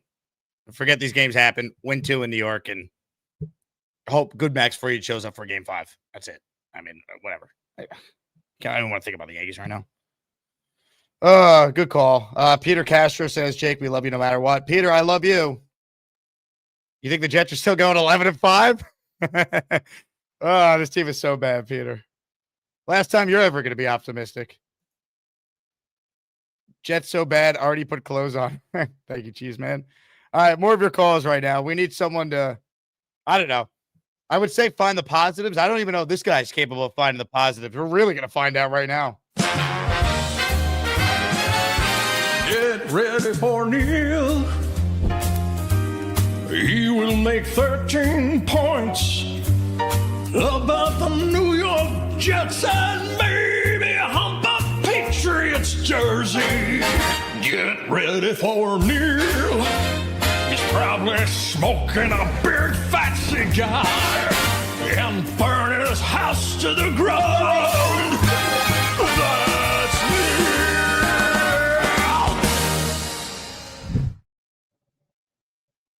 So goddamn sick of this team week after week after week. I think the Yankees pregame must have watched the Jets before they went on the field, and that's just what happened today. So that's they were watching the Jet game, and they said, "Okay, guys, let's get going now." And there we are, down 11-0. Anyhow, I got a bunch of no's. Okay. No new guys in the starting lineup. I see 22 jogging out there and Clemens to start the game, and I'm going, what the F are we doing with the same shitheads every single week coming out on the field expecting a different result. It's not going to happen. No JJ, his ankle hurts. No rollouts by Justin Fields. Let's make him a pocket passer like Johnny Unitas. He looked a lot like a former pocket passer that ran every so often. His initials were ZW. Now, no zero blitz. Now, let me tell you something. I'm a defensive coordinator. I watch Spagnuolo. He's a genius, okay? If he can't get home with 4, he goes to 5. He can't go home with 5. He goes to 6. You can't go home with 6. You effing zero blitz and send the whole goddamn team in there. They didn't even get... Zach's uniform was spotless at the end of the game, Jake. No pressures at all. This is unbelievable. Okay? No pressures. No up-tempo ever. We go into the huddle, and Angstrom calls a play, and they walk up to the line of scrimmage with 8 seconds left, and then they move over here like the other team gives a shit. They move over there. They move over here, and there goes Fields back in the pocket, looking here, looking there. Of course they had 5 sacks. He's back. He's holding on to the ball for 5, 6, 7 seconds, Jake. Any quarterback's going to get sacked holding on the ball that long? Okay? No screens. No effing screens. The only 2 times they drew a screen, the right tackle forgot to block the guy that was coming in on the screen pass, and Justin Fields had to do one of these, and he almost threw a pick 6. Because when we do a screen, it's disorganized effing chaos. They don't know how to do a screen pass for how many years, Jake? How many years have I watched this effing team not be able to throw a screen pass? A simple play that all other teams know how to do.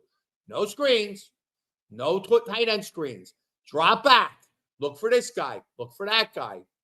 It's the same bullshit every single week. And then finally, I'll end with this, okay? I was not optimistic.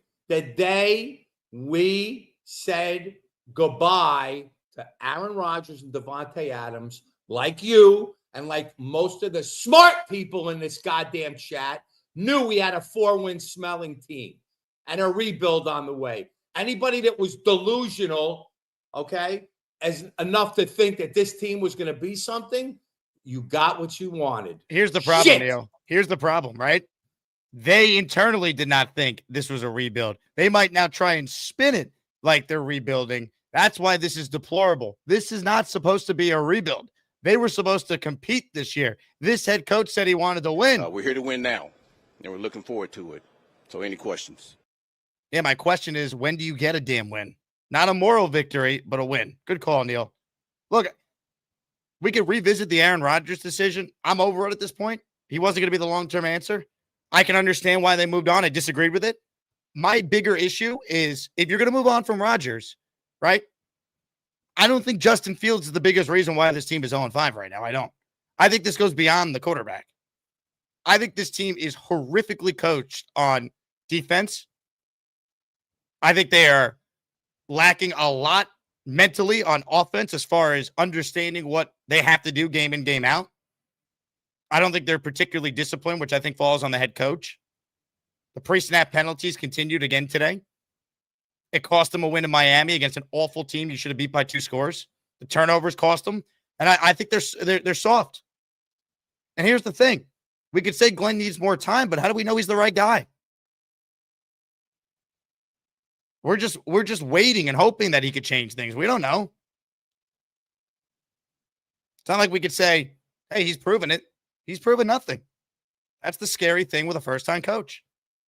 And I'm not giving them a second year if they don't start improving, winning games. This defense is historically bad. They don't have a turnover through 5 weeks. That's never happened in the history of football.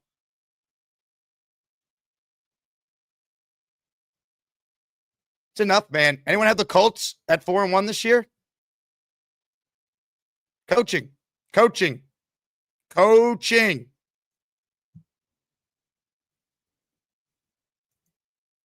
Denver Broncos, what a win for them today, huh? That's who the Jets are playing next week. Coaching. Just went into Philadelphia and beat the Eagles. Coaching. That's who the Jets play in London next week. Here comes 0-6. Brutal. This is one of the worst New York sports days we've had in a long time. Between the Giants losing for the Giant fans, this Yankee debacle, and this God. Ricky says, I will suffer with you, Jets and Yankee fan. Amen, Ricky. Thanks for your support. Man with a rake. In Joe Walton's last season, we went 4-12. They were handing out Joe Blow's handkerchiefs in the parking lot of games. It sucks this is happening to Aaron Glenn. I like him as a person. I think he's in over his head. Maybe he gets out of it. I don't know. Maybe. Maybe the Jets won't suck one day. Maybe. We needed more guarantee. We needed a sure thing. We needed a proven hire. This is my fear. We were living out what my biggest fear was when we went into this offseason. We didn't even interview Pete Carroll, Mike McCarthy, John Gruden. We only gave Brian Flores one interview. Brian Flores, last 2 years as a head coach in your own division, had a winning record with a roster that wasn't that great. Guy won games. Did he fight with assistants? Did he have the best relationship with Tua? No. Maybe he learned from that. Belichick failed in Cleveland. Guys from Brooklyn. He can handle this. That would have been the guy of the guys they spoke to. But remember, they didn't speak to McCarthy. They didn't speak to Carroll. They didn't speak to Gruden. All these guys probably would have said, just like Mike Tomlin, let's run it back with Aaron Rodgers, get a better kicker, fix our issues on defense, let's get healthy, and let's go. There's talent here. This roster wasn't bare that Aaron Glenn took over. Their win total in Vegas was 6.5. It wasn't 0. Brutal. Cheeseman says, only Knoble could save us now. You're probably right. Brendan Ryan says, Glenn has to be one and done. It's never been worse. Look, we're 5 games in, but if this continues, that is a legitimate conversation. Folks, the Jets are going to be tied with the Titans, assuming they lose. I'll check the score of that one. They're down 21-6. By the way, if you want to laugh, you know who has rushing touchdowns for the Titans today? Michael Carter and Pam Knight.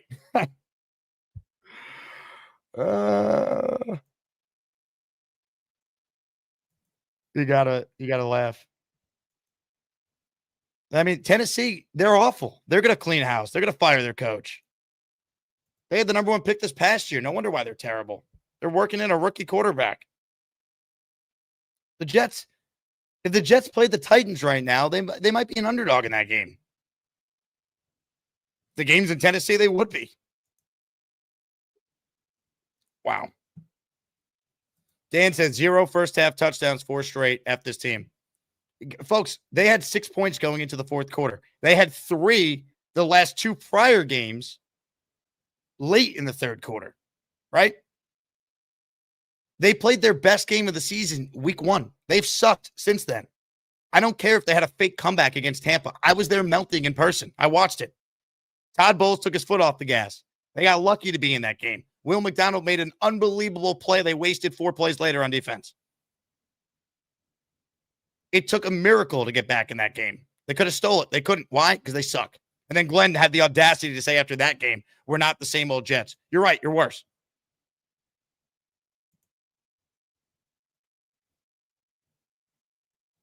Right now, Aaron Glenn's worse than Robert Saleh. Think about that. And he even sounds like Robert Saleh. At least Robert Saleh had a defense. Could always beat the narrative of same old Jets, but it's not. But I know this, they're not the same old Jets. Everyone wants things now. It's the instant coffee age.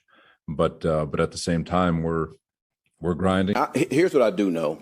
I know this is an instant coffee league. I know from the media to the fans, everybody expects this, when you just start, okay, we're going to the Super Bowl.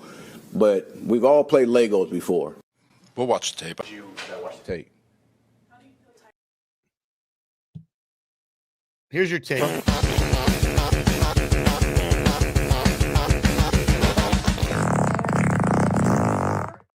Watch the tape. Don't watch the tape. Don't practice. Don't watch the tape. Don't do the opposite. Be like Costanza. Do the opposite. This week, no practice, no tape. Get on the plane Saturday, fly to London, play Sunday. Let's call it a day. Neil with a super chat. He's in the raffle for 2 with this. Anyone wonders why McCarthy, Gruden, Carroll, or any other good coach did not interview? It's because 33 said no Rodgers, and they also said no thanks and hung up. I think Woody did not want Rodgers back. I think that is clear. I know he says he'd let his new regime decide on Rodgers' fate. I don't believe that personally. I don't think Aaron Rodgers was ever going to be back. I think that relationship was done. That said, I don't want to make this about the Jets are 0-5 because they moved on from Rodgers. There's bigger problems here.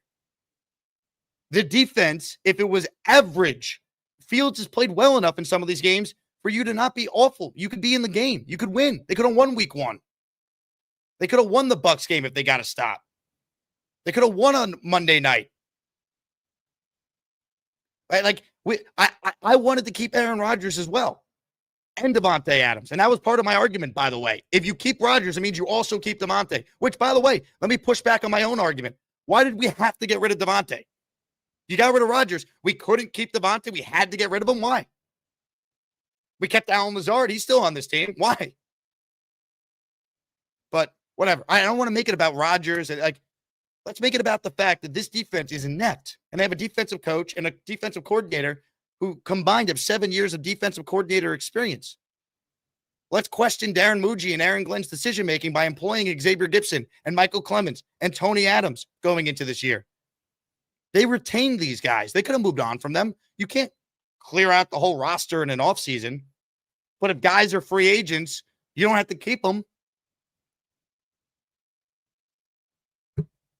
Everything is just bad right now, man. I don't have answers other than we're just in for hell. That's it. I really promised myself I wasn't going to scream because it's just what is there to say? But then they always do it to me anyway. Chef Jets fan, they need to clean house today. Everyone fired. They won't, but I appreciate the sentiment. Fire Aaron Glenn says, y'all laughed at me. What did I tell you? I give Fire Aaron Glenn credit. He said fire Aaron Glenn during the introductory press conference. David says StreamYard link. It is pinned. Pinned in the chat. Make sure you hit the like button and subscribe to the channel. Bill M says their Jets are so bad, they're confusing Vegas. Giving 1.5? Joke. Much like the Yankees, who are now down 12-0. Good Lord. Just let Adam Warren eat all these innings here. Jesus, or Will Warren. Gator says it's less about the record, it's the regression, the inability to clean up the gross mistakes week to week. I'd accept 0-5 if we were getting better. I wouldn't accept 0-5, but I understand your sentiment, Gator. I do. It shouldn't look like this. It shouldn't. The Jets have literally never done this in franchise history with a first-year coach. Gase won his 5th game. The Jets aren't sniffing 5 games this year. They're not winning 5. No way.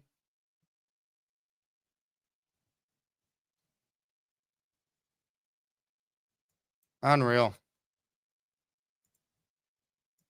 All right, more of your calls. Another Mike is on the line. Hello, another Mike. Jake, I can't even begin. I can't even begin to understand this franchise anymore. What is going on here? I mean, so what? We fire everybody, clear out the building. What happens? We're still the Jets. It's like we got to live in reality. We can't live like we're cursed. But what is it? What is it? I can't figure it out anymore. And like you just said, you want to just scream. You told yourself you weren't going to. This is what I do every week. It's like I can't. You can't help it because it really is. We really do have the best fans in all sports. I mean, it's mind-boggling. I don't know. Yeah, Mike, I feel your pain, bro. I don't know what to tell you. The fans are amazing. That's what's so sick about all this. It's unreal. Brandon Ryan in the raffle for 2. 50 years as a Jet fan. They suck. Enough is enough. Time for a total cleansing. Bring in the Anema boys. Maybe a college team could do better. Help. I mean, the Jets played a great college team right now. They might lose. I mean, they stink. God. It's that bad. It's just the craziest thing is it shouldn't be this bad. Black Gypsy has entered our raffle. He is in for one. We're the freaking New York Jets, so we're shit. Mr. Slamming, can we get Flores? Glenn is not going to be fired in the middle of the season, and you're not going to promote someone or hire someone from another team. It's just not how it works. As painful as this is, if I'm Woody Johnson, I am letting the entire year play out. I am not doing a thing. I'm not meddling. I'm giving Aaron Glenn the entire first year, and I will evaluate what it looks like at the end of the year. The question he has to ask himself is, am I confident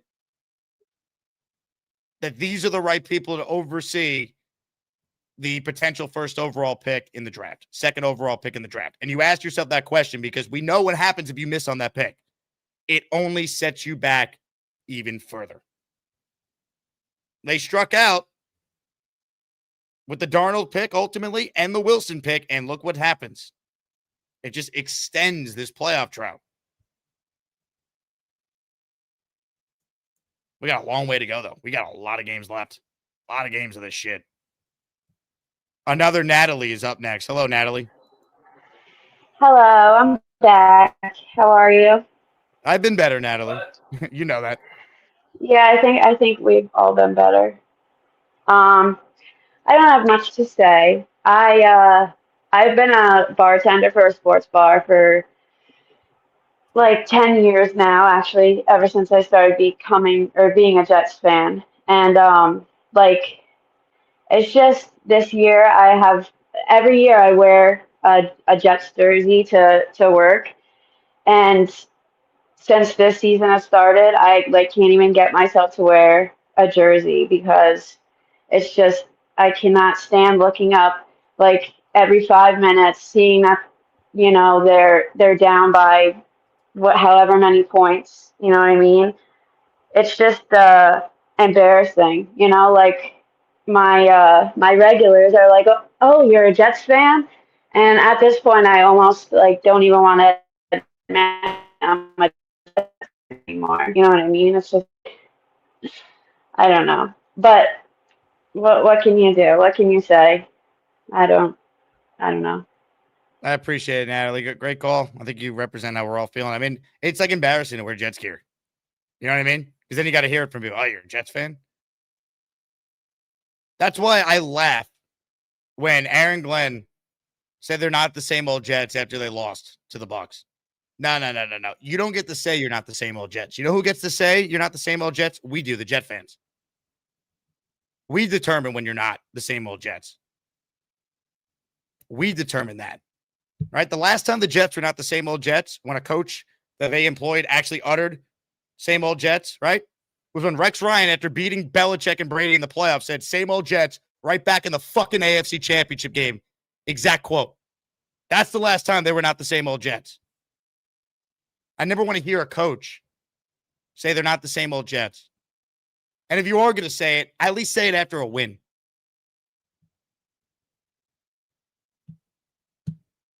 Joke. Black Gypsy in the raffle for one. FPP in the raffle for one. Thank you both for supporting the program. We're the freaking New York Jets, so we're shit. Thank you to Fanatics again. We partnered up with them, new sponsor on the show. We're so excited about this. They're sending someone a brand new, authentic, on-field rivalry jersey. Garrett Wilson is the jersey for our first one here. We'll raffle it away at the end of the show.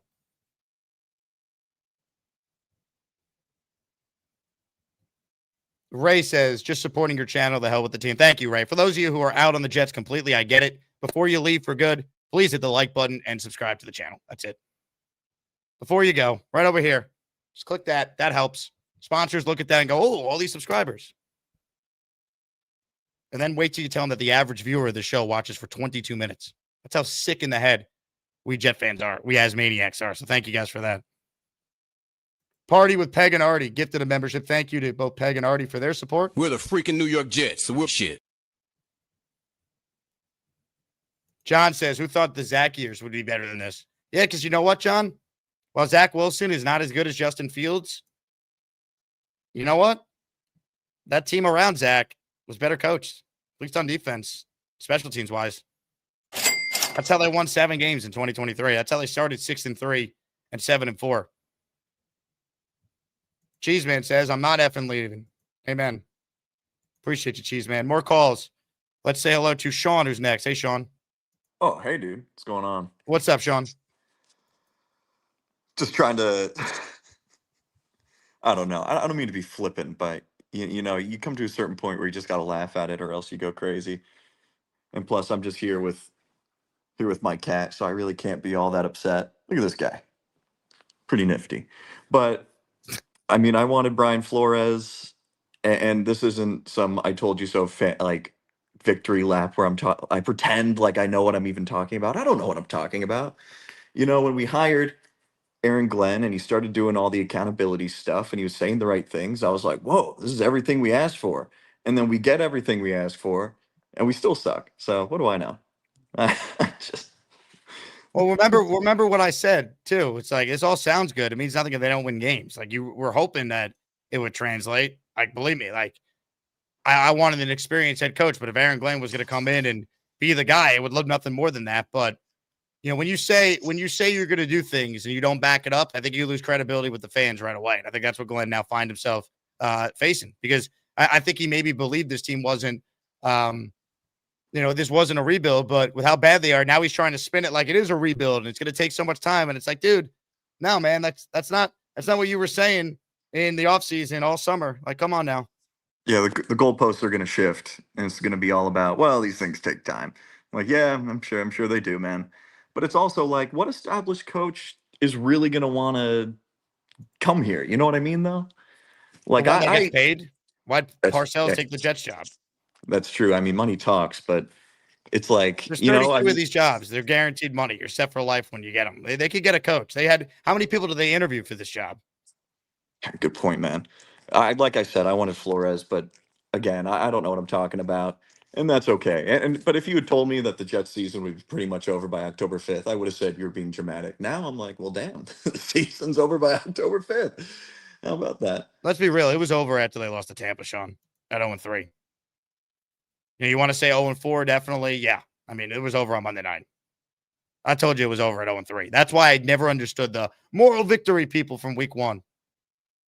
That only meant anything if you built on it. They immediately just ruined whatever they, quote unquote, built in week 1 in a loss by forgetting to show up against Buffalo. Oh my God. This is just. Jack says, shake my head, Jets. Can't take this. I'm going to feed the squirrels to clear my mind. We know that Beastbreaker loves to do that.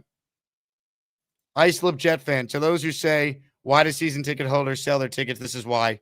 Did anyone really believe 5+ games? Let's go, Islanders. Islander season for you already, Islip. Oh, man. Yeah, I don't blame any season ticket holder who sells their seats. How could you tell anyone how to be a fan? What do you get as a Jet season ticket holder? What do you get? You don't ever get the rights to playoff games, right? Face value on playoff tickets. You don't get that. Do you get a great season ticket perk package? No. What do you get? What you get is your tickets being 75% off by typically November or December, some years if we're lucky. Now, October. For those who want to join us at the Asmaniac meetup game, we'll be there October 19th. And guess what? Tickets going to be a lot cheaper if you want to just buy a ticket. Near section 129 is where we're sitting. Come to our tailgate beforehand with Tailgate Joe. That's the last game. If I didn't have that event with our great listeners who purchased tickets, I would not go to another game this year. I would not. I don't think the Jets deserve it. I don't fault anyone who does. God bless you if you do. If you like to go and tailgate and have fun, enjoy. But there is no incentive right now for, I think, any fan to go to a game. They don't deserve your money. They don't deserve your attention. It's a joke. Thunderlips is up next on the show. The Jets might stink, but this man's mustache, extravagant. Hello, Thunderlips. Love you, brother. Dude, you were totally right. I do not want to go to any game this year, but I'm forced to go to the Carolina game. You know what I mean? And I'm excited to see you guys, but I have a Carolina. I'm sorry. I have a Browns fan and I have a fucking Bears fan. So we call ourselves the trilogy of sadness. You know what I mean?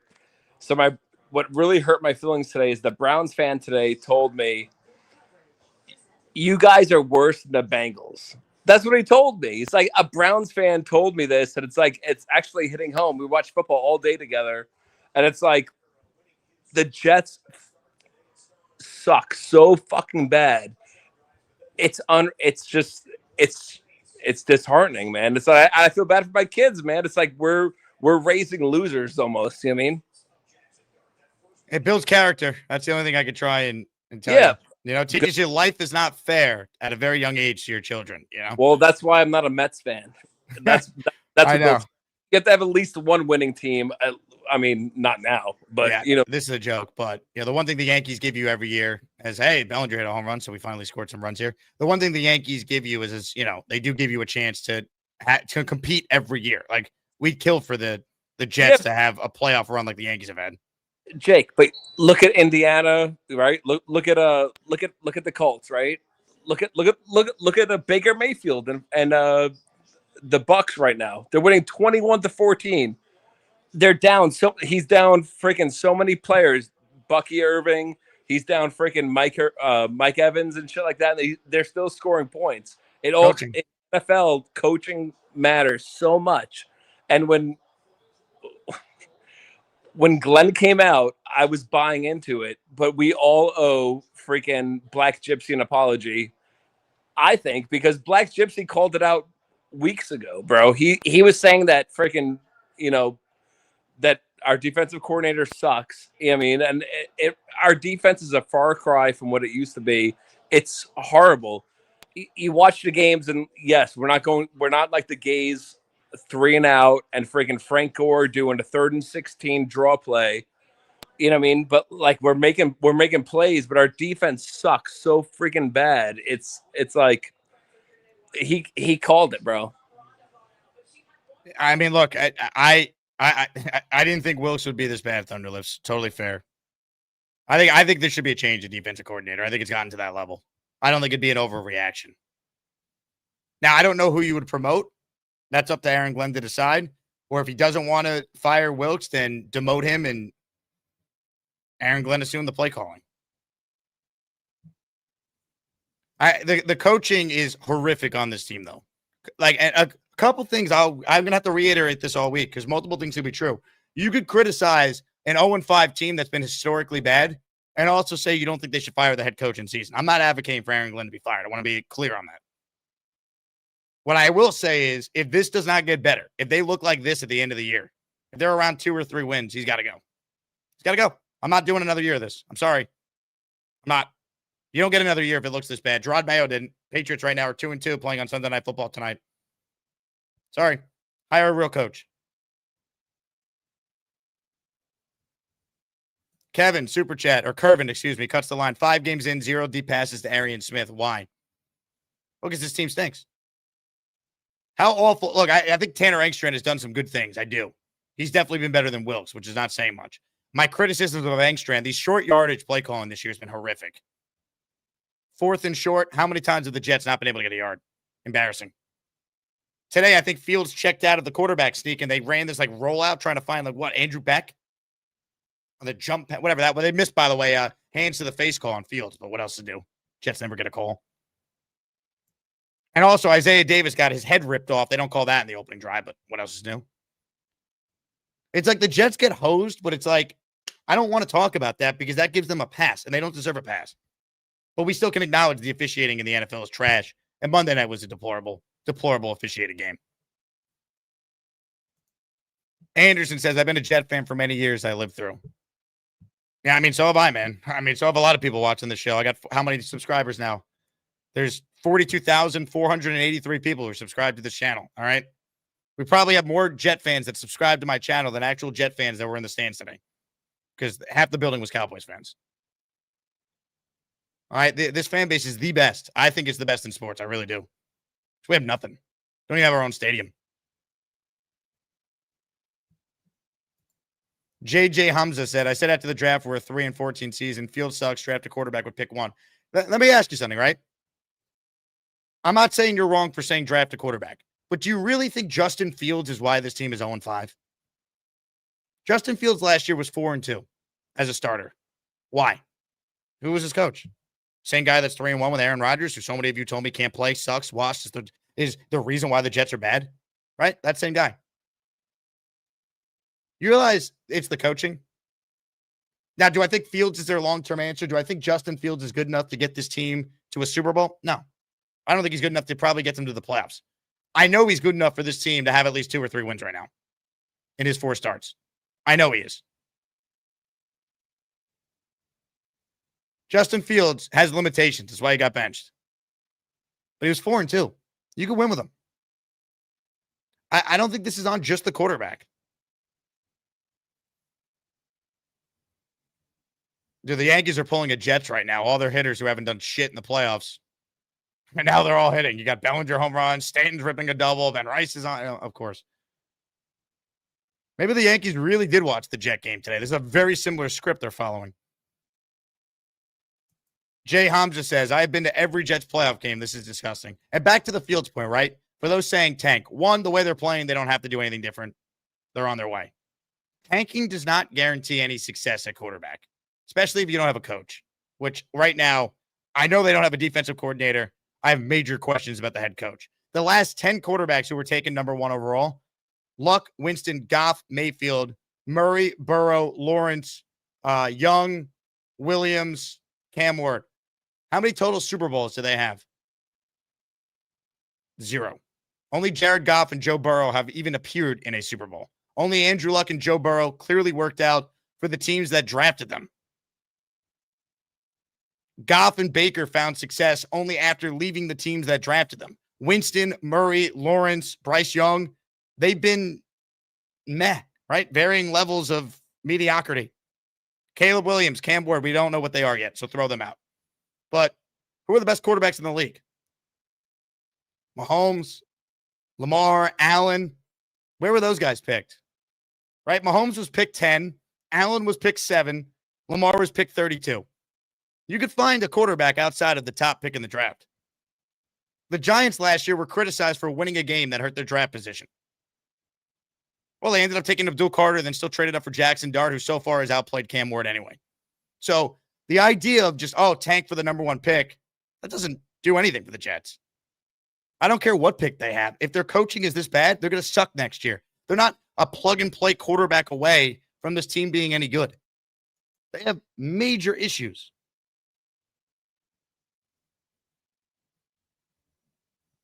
More calls. Appreciate all of you holding. Australian Jet fan is next. What's up, AJF? I am dreading having to get up at 4 or 5 in the morning to watch this team for the rest of the season. The one thing that the Jets are good at is making mediocre and bad players look good. They made the Cowboys look like they have a pass rush today. They made the Cowboys look like they have a defense today. The O-line didn't show up. I really don't think you can put really any of the blame on Fields. I think he's probably one of the least of our problems right now. People that want to blame him are just looking for an excuse, because I think, like you said, he's played well enough for us to win a few of these games. It hasn't come down to him. And you put a good coach or a good coaching system around him and this team, and they're performing better than they are now. Like good coaches get the best out of their players. They get their players to perform at a higher level than they're normally expected to. And my last point, I feel bad for Garrett Wilson. He deserves better. He's an absolute freak. That one-handed catch that was almost an interception, and he just stuck his hand out, spider sense style, and took that out of the air, and that touchdown at the end. He's amazing. I genuinely, like, if you put Garrett Wilson on like the Rams in place of Puka Nacua or like put him on pretty much any other team with good coaching and good receivers, I think he's having a historic season.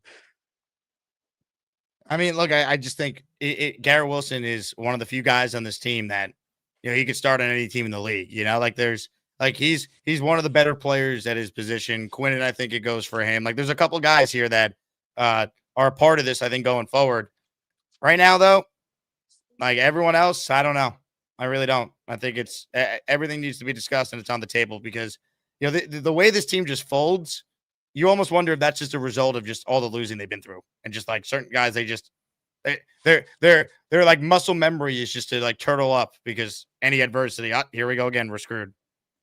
And I think that comes down to the coaching, like it's like, I mean, I think Aaron Glenn's fast, but he said it himself that he has to, do something about that because it's up to him. And I also agree with what you said, as in they shouldn't fire him this season. If it gets towards the end of the season and it's looking really, really bad, I agree. They probably need to look somewhere else. But if they were to fire Aaron Glenn tomorrow, I don't think it would do this team any better. They're not going to fire Aaron Glenn. I don't think that'd be the right move either. I think that would look ridiculous. But could they change the defensive coordinator? I mean, that has to be on the table, no? I mean, everyone wants to compare the Jets to the Lions. Dan Campbell fired Anthony Lynn, the offensive coordinator, after year one. And that was after the year. I would not fire Glenn. I think that's silly. Who are you making the interim coach? Steve Wilkes? Right?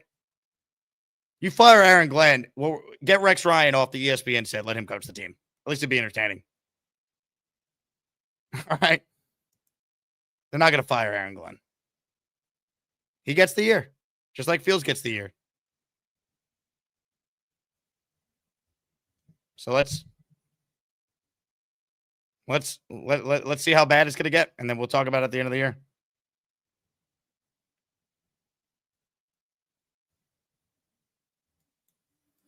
More calls. Jordan is up next. Hey, Jordan. What's up, Jake? What's up, this bro? Is a freaking shit show, man. But my thing is like, when do they start looking at trading some of these players?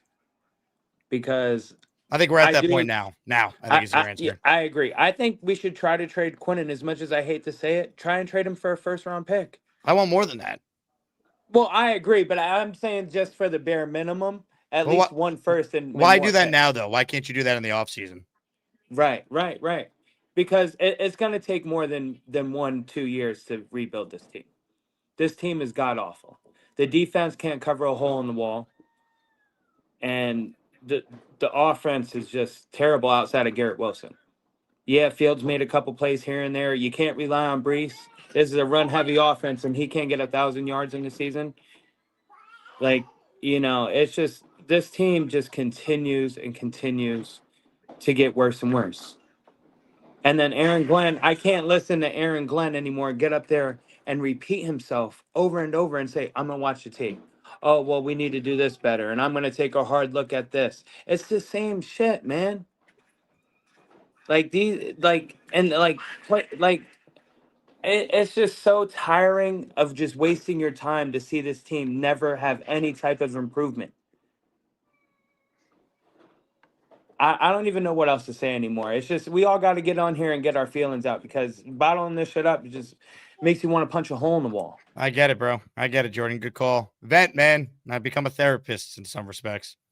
You guys are my therapy session, too. Just let it all out. Sickening. Thunderlips checking in. Great call, and now he's in the raffle for 10. He says, sucks when your kids don't care about football. No excitement. I'm taking Blue Chew. Let's get it started. Ladies and gentlemen, Thunderlips checking in. This is for you. Calm your freaky down. Good luck, Thunderlips, and congrats on the sex, I guess, in advance. All right. Let's shout out today's dumbass of the day. Stand by. Let me do this properly here. Today's dumbass of the day brought to you by Potentially Your Business. Sponsorships are available for this segment. Asman Jake at Gmail. Nicholas says, first pick. Are you guys dumb? You think someone's going to give us a first for Quinnen? Ha, ha, ha, ha, ha. Dumb. If you don't think the Jets would be able to get a first rounder for Quinnen, who in every metric has played like a top 5 edge this year. The only person who is dumb in this conversation, or in this chat for that matter, is you, good sir. And for that, we say farewell. Now look what you've done. No more protection from the Asmaniacs. Had to pull you out of the chat and cast you down with the Sodomites. Some time in here will feel like you've been run over by the lane train. You understand me? You catch my drift? Give them another 24 hours to think about it. Farewell, you dumbass. All right. More calls coming up. Nick J with a super chat. What happens to Engstrand if Glenn gets fired? I feel like he's one of the best OCs we've ever had. I'd hate to lose him. I'm not worried about that right now. I mean, Tanner Engstrand I think he's been okay. He's been a little better. But I'm not worried about that. What happens to him? I mean, the next head coach could decide whether he wants to keep him. When Rex got hired, he kept Schottenheimer. I'm sure loves sticking it to the Jets today, by the way. By the way, how funny was the Solomon Thomas TFL? Like, of course, Solomon Thomas. Leave him unblocked. It's just this team, man. Bill says, blow it up, Jake. We deserve so much better as a fan base. Yeah, I mean, I agree, Bill. I don't know what we're blowing up right now in season. You're not firing the coach. I mean, maybe you fire the coordinator. I don't know if that's going to happen. Cheeseman says, bless you. Thank you. Shout out to Quinn Williams, man. All right, more calls, ladies and gentlemen. I don't have clown music handy for this next call, so I will use this as my intro for him.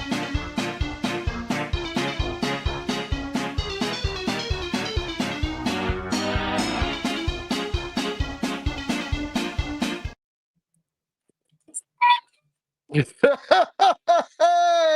it's the Jake Asman Show. How you doing, partner? It's that time of year. Wait a minute. It's always that time of year for Jack Clown Dave, because we're just a shit show, clown show, baby. How you doing, Jake? Living the dream, Jack Clown Dave. Living the dream. You know what? I'm not buying Aaron Glenn's bullshit. I'm not bearing Aaron Rodgers bullshit. I don't give a shit for Aaron Donald's bullshit. And quite frankly, Jake, I don't give a shit for your bullshit, because it ain't even bullshit, man. It's horse shit.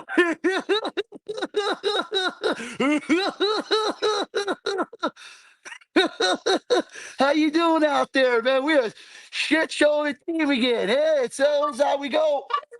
Yeah. Thank you, Jack Clown.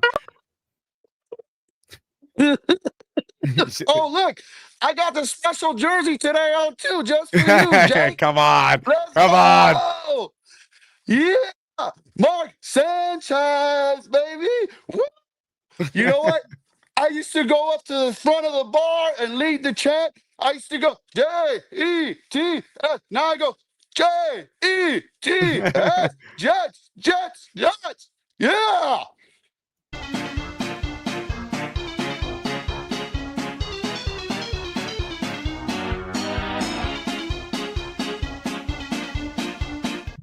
That was deeply disturbing, yet I did laugh a little bit.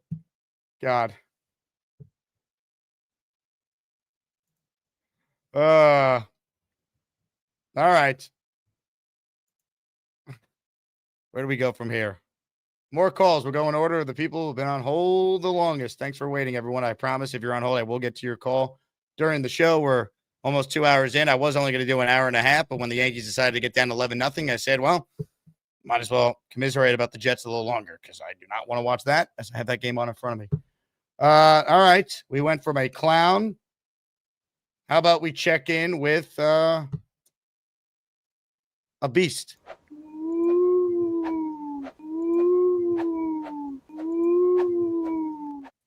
I had a breakdown, Jake, on the Addy show today. Pretty bad. I was a wreck. My eyes were crystal red. I was pissed. My heart rate was almost near the 200 mark. I lost it. I even said I can't do this anymore.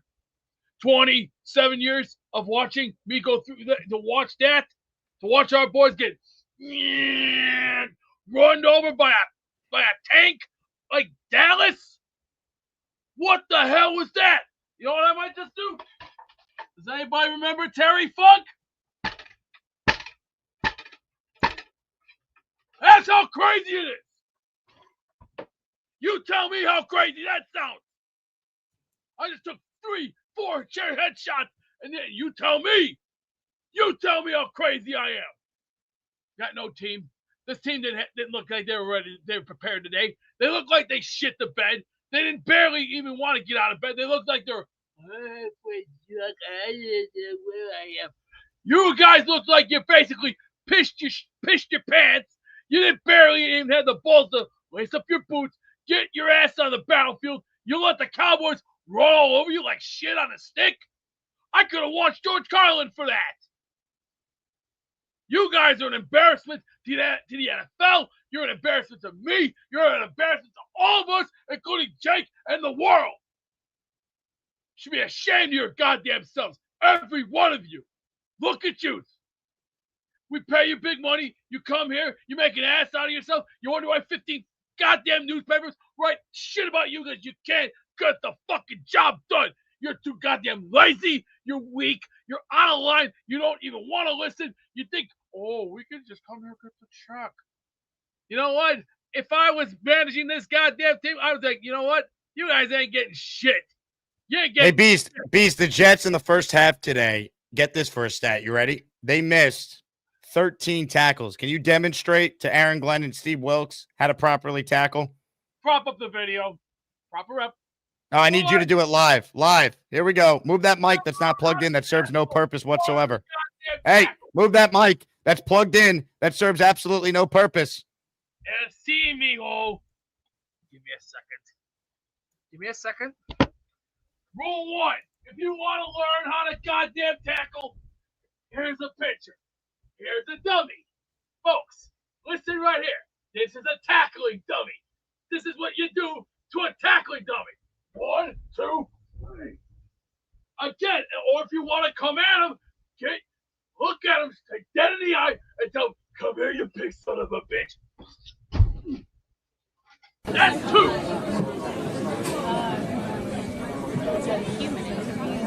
Yeah, it is.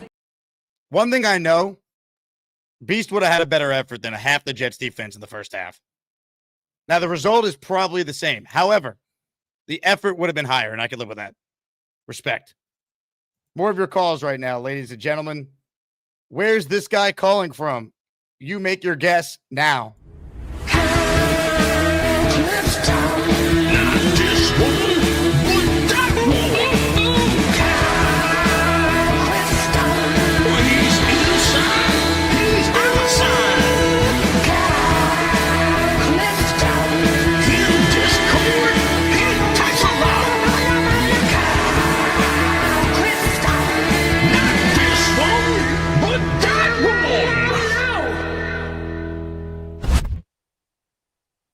Good afternoon, Jake.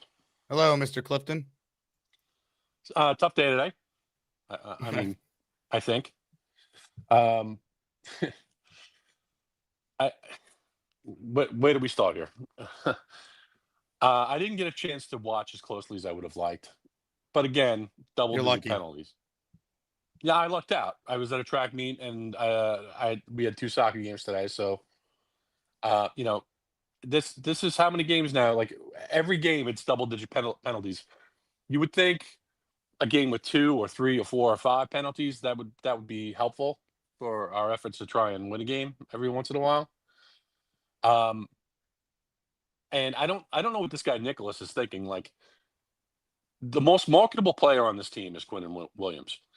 I think the time to trade him is right now, and here's why. They have the space to eat the dead money for this year, and then it's guaranteed. The guaranteed money goes away after next year, and it's some other team's problem to sign him. So you ask for the moon. You ask for a first-round pick and a day 2 pick, right? And if you get that, you probably move on from him because we're not going to be on that timeline anyway.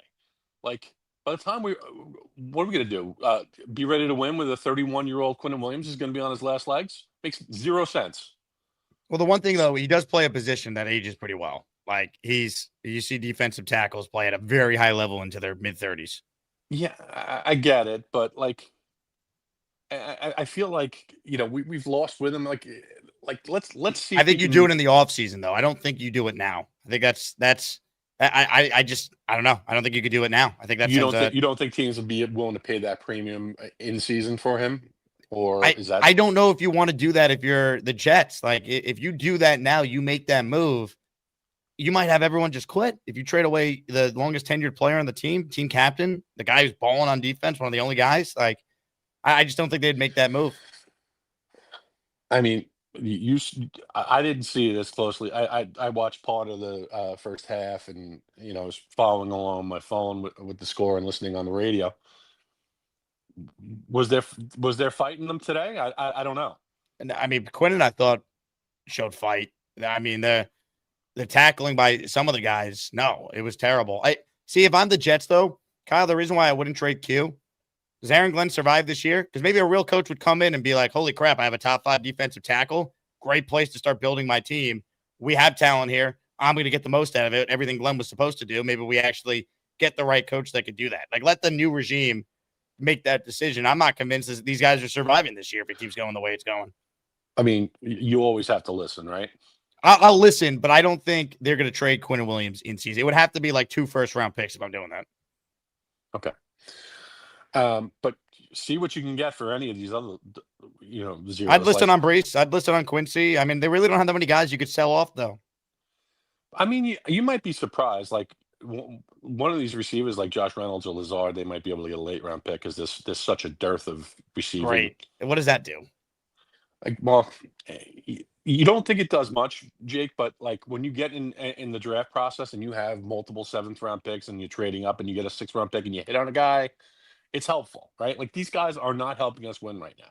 So get them out of the building and get some draft capital so we might be able to get go up and get the next Jackson Dart or someone that might be able to, like people always say that, what does a 6th rounder help you? It does help you move around in the draft if you're deft enough to do that.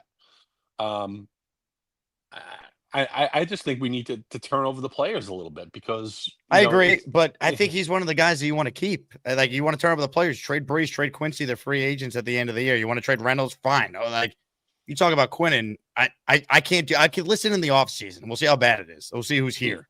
I get. What I'm hearing is you think I'm cutting off my nose to spite my face, which maybe you'll feel differently after we meet up at against Charlotte, but. Let me tell you, you have the most interesting job in the world. You'll to kind of go into the therapy like theme. You're like Dr. Melfi for like the most damaged people in the world. But I'm just as damaged though. That's the problem. I don't think Dr. Melfi was as damaged as yeah. I am. Yeah, I don't know. I'm kind of beside myself after today. Hopefully we'll be able to get something done in London or at the game where we meet up and we'll go from there. I'll talk to you later, Jake. Oh, great call. You're not crazy for thinking to trade some of these guys. I think that's an off-season thing, though. Let's give Glenn the full year. So we can't say, oh, you traded away my best defensive player. What'd you expect? That doesn't need to be the narrative. Because anything you could get for a guy like Quinnen, who's under contract, right? He's not a free agent. I think if he's a free agent, yeah, you got to listen. You have to listen. But Quinnen's under contract. And he's 28 years old, still in the prime at a position where you could play into your 30s. He's still really, really good. I'd keep him because anything that you could get for Quinnen now, you could get more in the offseason when more teams are involved. That was the mistake that the Cowboys made, right? They traded Micah right before the season. So they couldn't get picks that could help this year's team, right? Trade Quinnen in March, you could use that as draft picks in April in the draft. I hate even talking about this, but that's where we're at. We have to have the conversation. I don't want to have it. Believe me. But that's the conversation. Mike Dem says, quack, quack, meatball. I'm assuming this is in reference to that beast call. JJ says, thanks, Jake. The show is truly therapy after these games. My question is now that it's really over, can Muji do a historic trade? Yeah, same thing we were just talking about. Once again, you got to tell me who you're trading. I think the guys that have any value, I think I hit on them already. I think it's Brees and Quincy.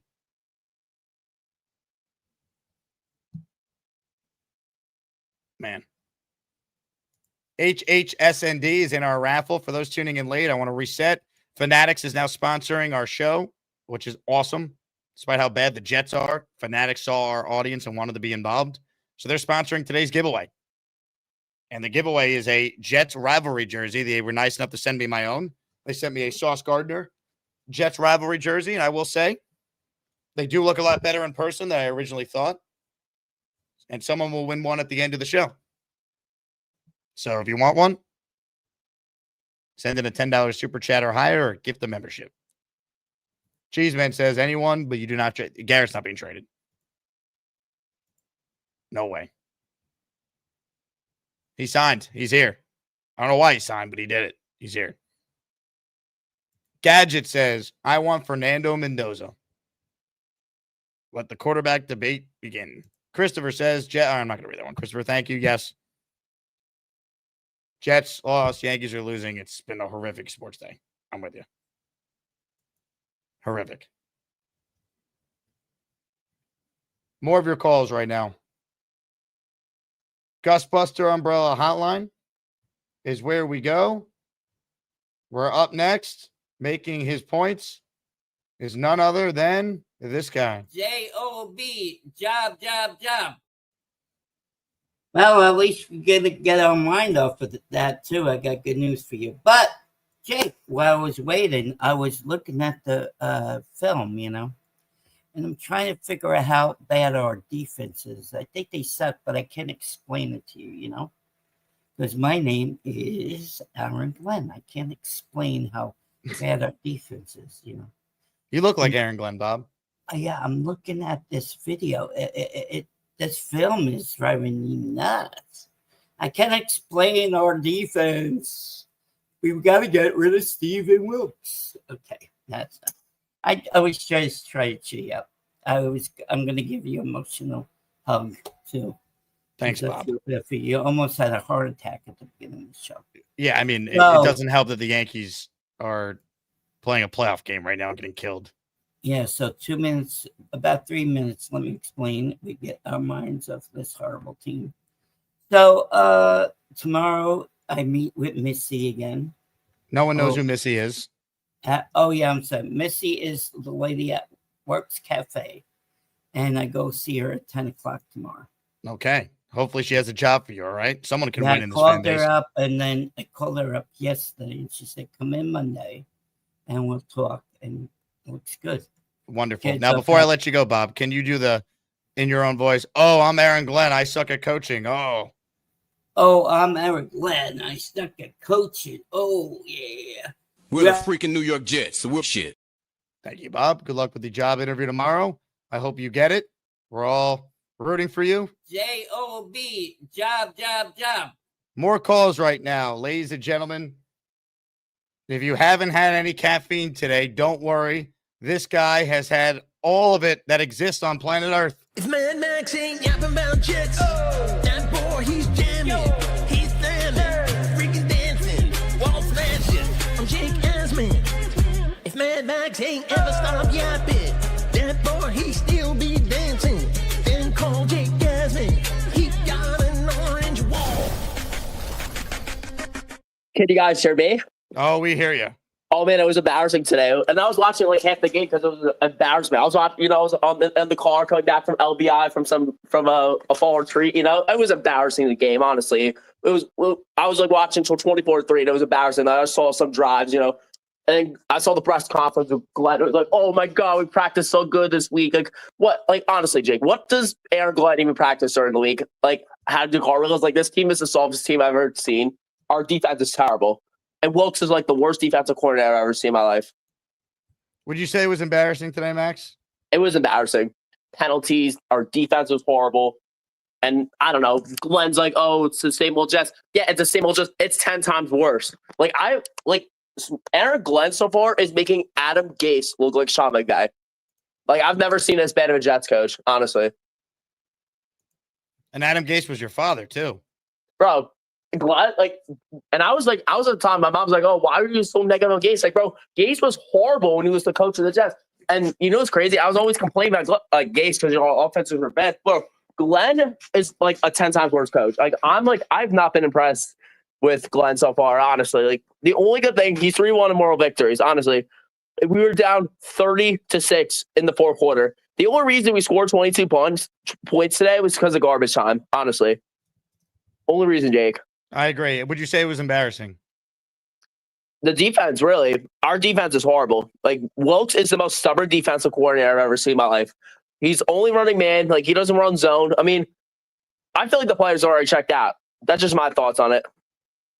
What else did you do this weekend, Mad Max? Did you make any sweet love to any lucky ladies in college? No, I was very busy. You know, I was doing praising the Lord, like you praising the Lord, Jake. What do you mean praising the Lord? You had a Saturday night out in college. You were telling us about all the ladies in your last call. What happened? No, I was at LBI. I was praising Jesus. Like, come on.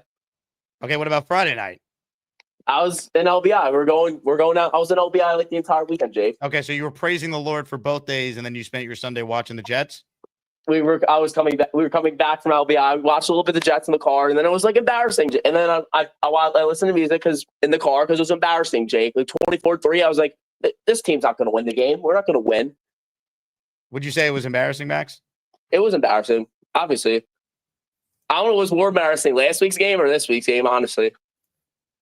Let's just hope we win, but I like that. And I was like, Aaron Glenn's like, so far he's looking like a one and done coach. Well, I'll tell you what, your dad wasn't one and done, so there's still hope for Glenn. Okay, sounds good. All right, Mad Max, farewell. What are you guys' opinion on me doing a backflip through this orange wall? All right, tremendous call there from our guy Mad Max.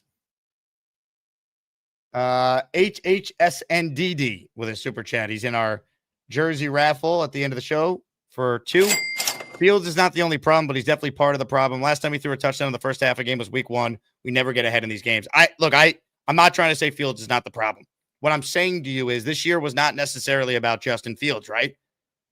He was a lottery ticket. It was, do we have a coach? Can this team not commit a million penalties? Can they go out there and win games because they out-scheme the opponent?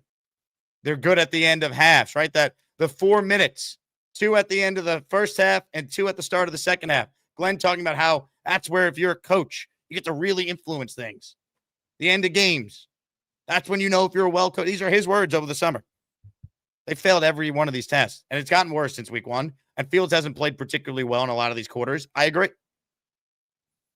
But I just want to make it clear for a moment that while obviously Fields is not the answer, I'm way more concerned about this head coach, this general manager, that they put a team together that shouldn't be this bad. He hired Steve Wilkes. He's been a disaster. That to me is a bigger problem. I think we all kind of understood what Fields was. He was a lottery ticket. I'm not going to scream and yell about Fields. He's played how I thought he would. He can't process. You put him in the right game script where the Jets are playing with a lead, they got a chance. Problem is, when you go down the field on the opening drive and you settle for 3, not 7, this defense is so shitty, so terrible, you're in an immediate hole. And then Breece Hall, who I've been a Breece defender, and he statistically has this great game today. You can't fumble there, man. Cannot happen. Yankees are really making this a game, by the way. 13-7 now in the 7th. If only they didn't give up 13 runs, we might have had something here. God. Yeah, honestly, I'd trade a million of these Jet debacles the rest of the way for the Yankees to come back here because that's how hopeless the Jets are right now. Good Lord. But anyway, Fields, he's not going to be the quarterback next year the way this is headed. It's not all his fault, but that's just how this goes in sports. All right, I think we're caught up on those previous super chats. A couple more new ones, then we'll get back to your calls. Christopher says, nope, not that one. John says, there was a report that Woody was putting the team up for sale. Unfortunately, it was false. The Jets even screw that up. Woody is not selling the team. It seems very clear that Jack and Brick, his 2 sons, are going to run the team someday. You did have a story come out in The Athletic where the president of the team, Jaime Elhai, who's been with the Jets for 19 or 20 years since Woody owned the team, he was accused by a former employee of sexual misconduct. So that is a legitimate lawsuit. We know about the Mark Sanchez situation from yesterday. And then the Jets topped off the weekend with a performance that can only be described as horrific, disgraceful, deplorable, embarrassing, fill in the blank. That's the Jet weekend in a nutshell. Burkinator is up next. What's up, Burkinator? I think the most fun that Mad Max had the whole day or the whole weekend was jumping on his bed just now. I couldn't even sit still. I'm back in my house, by the way, so I hope my internet's good. This is the best you've ever sounded, Burkinator. Welcome to the home setup here. Thank you, guys. I mean, what is there to say, Jake? Like, you watch the opening drive, the Jets have the ball, and again, like Miami, they're driving downfield. I like the play calling. They controlled the clock. They were running the football. They were sliding Justin Fields out. They were trying to make it easy for him. You settle for 3. The defense has a debacle, of course, right down the field in like 5 plays. I don't remember what it was. And then, Jets go downfield again, and then Breece Hall fumbles. It's just the way they lose games, and then it gets so out of hand so fast, like where you think there's a glimpse of like, okay, they're kind of competitive in this game. They can make a run here, and I don't know how it gets so bad so fast where the game just gets away from them so fast. Like, I think there was the time before the half. I remember the Jets were down. They had that long run. They scored a touchdown.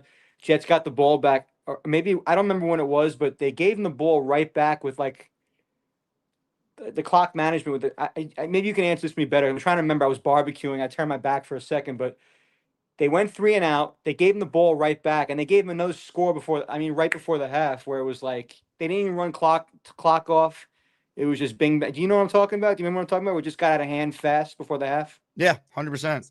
Yeah, and again, where does that go other than coaching? That has to be coaching. I mean, and I don't want to put all this on Aaron Glenn.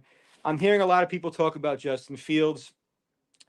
Obviously, this roster is just not a good roster. It's not a good team, Jake. I mean, we can slice this any different way you want. The team's not a good team. However, I do think they should be a 500 team, which isn't hard to ask for with where they've been in some of these games and how they've lost these games too. Dude, people were signing up for 7 wins and being like, I could live with that if they're well coached.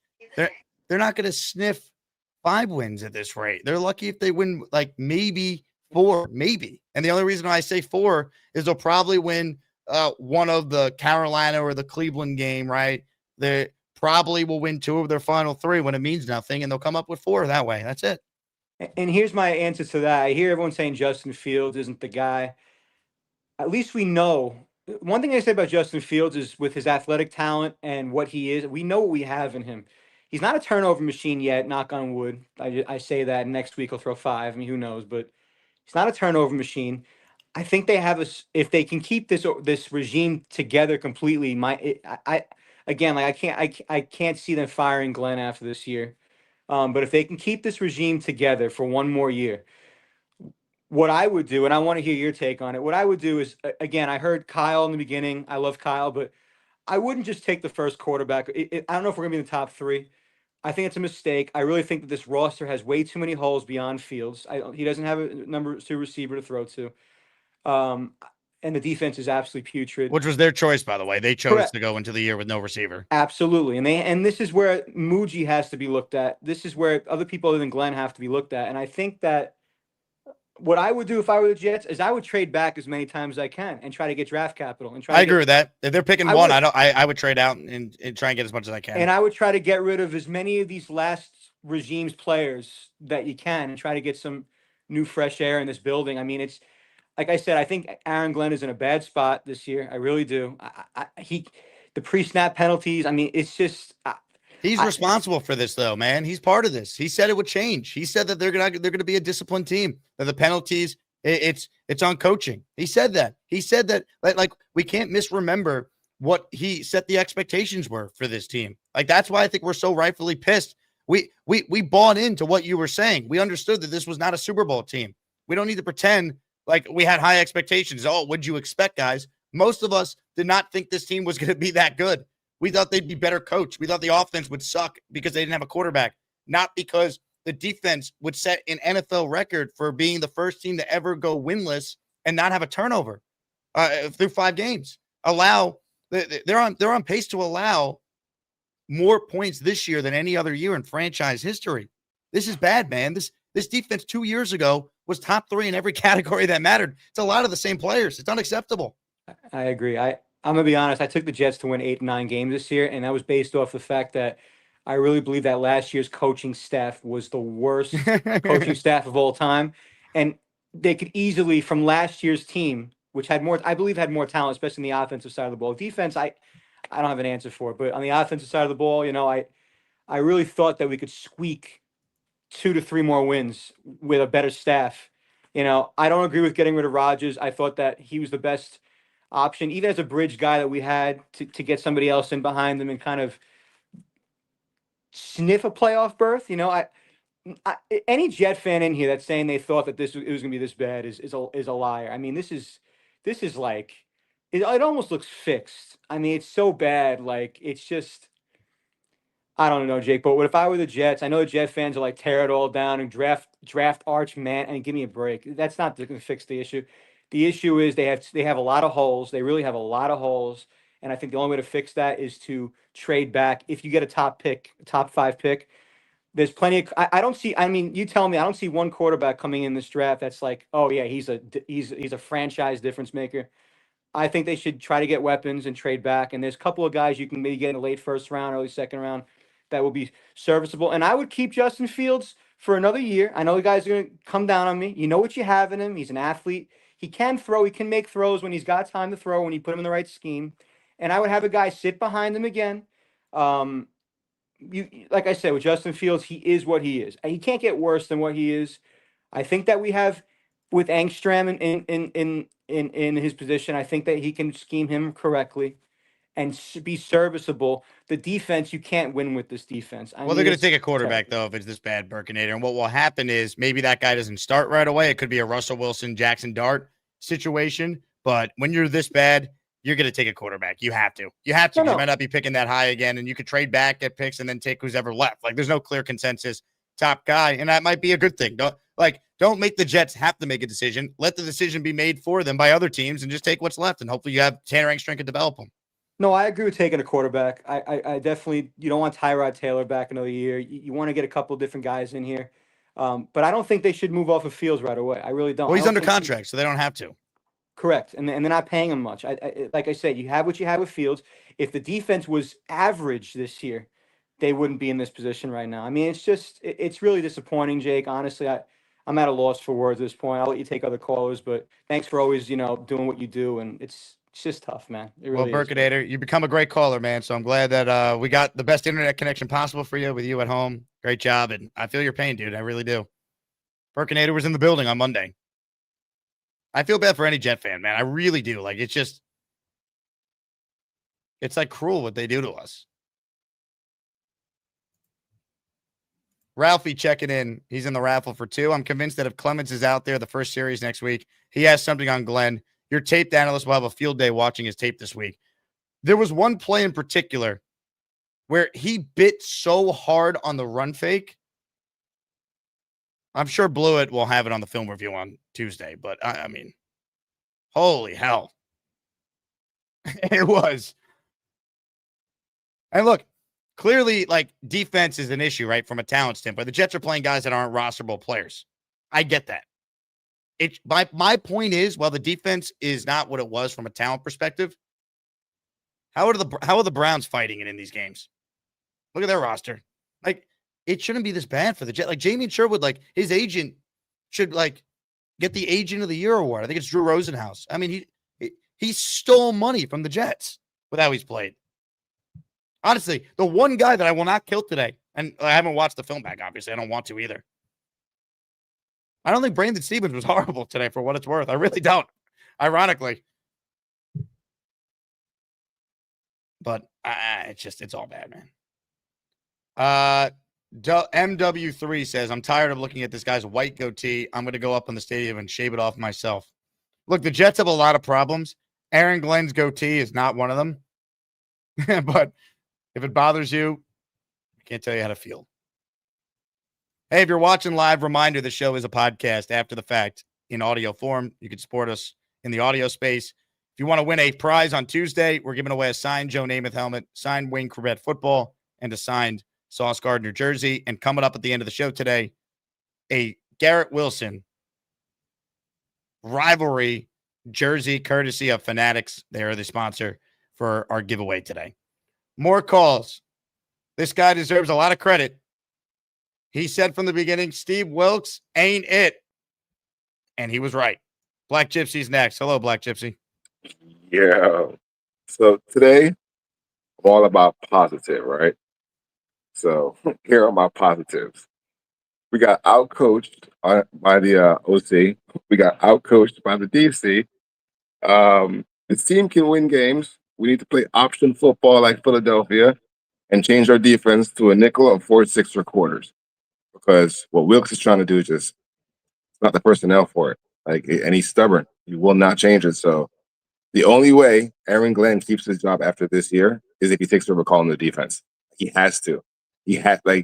I had us at 1-6 when I saw the schedule, but never because of the defense. In my mind, it was going to be Fields having turnovers and just the offense and being a shit show. Fields has played good enough that if the defense had any type of skill in how they're being called, we would have won. We could have won some games. When you were saying we could have won some games, I'm yeah, we could have won some games if we had any defense at all, which I'm not used to seeing because I'm used to seeing us suck on offense and be pretty average or good on defense. This is it's so bad that the announcers were calling it out. People just weren't noticing what the announcers were saying about Wilkes.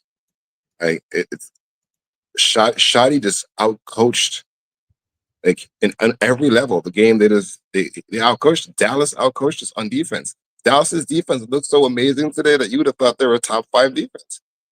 They played awesome.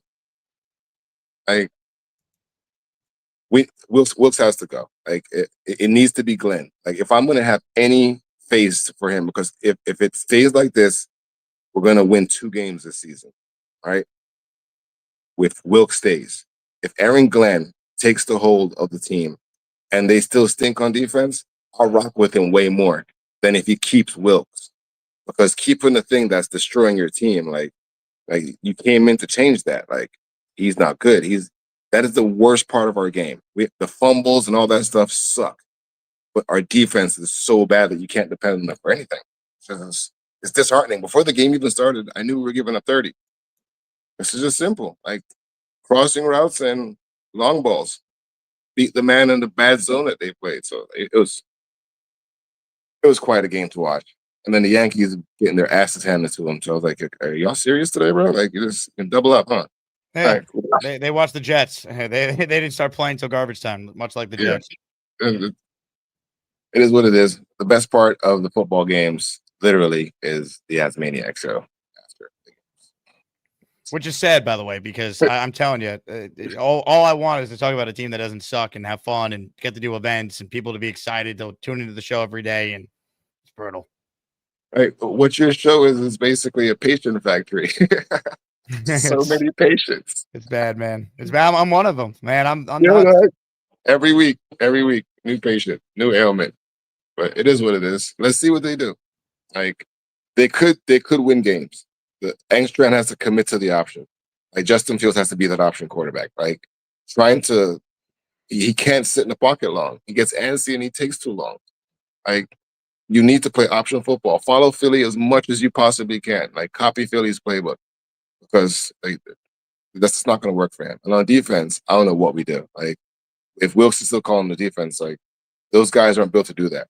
They need to be in a nickel or a quarter. That's why Saleh played so much quarter and nickel with that team, because they can't really cover. They get handsy. So DJ Reed was our best cover guy technically when it comes to playing man defense.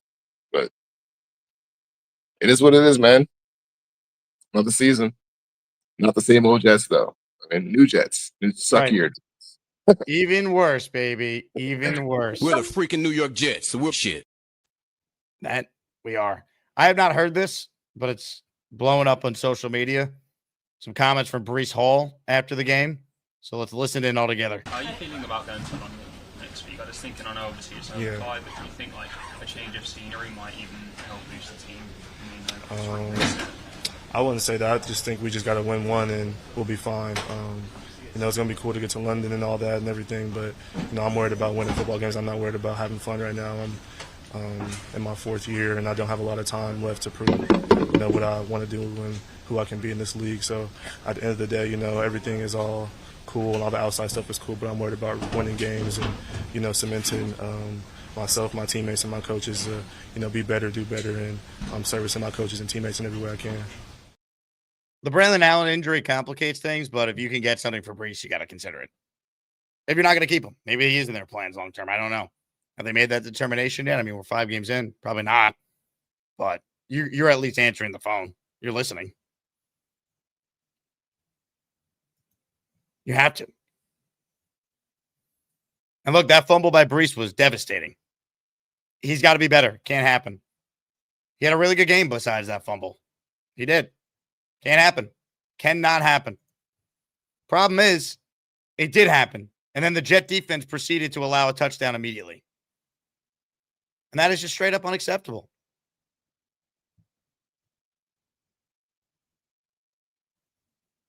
Joke.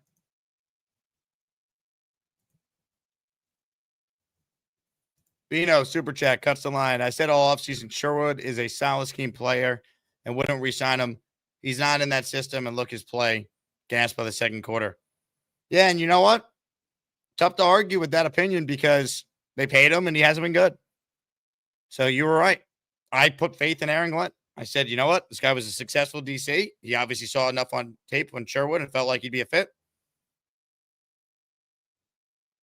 Robbie Sabo also talked about this on the show. He didn't think they'd re-sign Sherwood because he thought Glenn would want bigger linebackers. Well, they have Sherwood. I don't think they're going to pay Quincy. You got to consider trading Quincy when he's healthy. We'll see whenever that is. Who knows? Raphael says the field goal down 27 was comical. Oh, you didn't love that one? I can't wait for the Jets social media team to highlight Nick Falk's 2 kicks today. God. Nah, this team, man. This effing team. More calls before we wrap. Last chance to get in. We got the Asmaniac raffle sponsored by Fanatics because we're giving away a rivalry jersey. Ladies and gentlemen, you've been warned. Alert, alert, Allen alert. KC Jet fans are dumb as jerks. Alert, alert, Allen alert. Delusional dreams for pathetic fans. My Big Joe is a dog. Beastbreaker is fat and dumb as a rock. And Gator's a dick who blocked all my chats. He should have got all Josh Allen to start. This show needs me. Jake knows I'm right and he's always wrong. Alert, alert, Allen alert. KC Jet fans are dumb as jerks. Alert, alert, Allen alert. You hate because I'm always right. I usually start my tank talk in November, but I think it's changed. This is 0-5 going nowhere. So let the losses continue. Couple of comments. Sorry. First of all, it boggled the mind how the Cowboys went from 2.5-point favorites to 1.5-point dogs.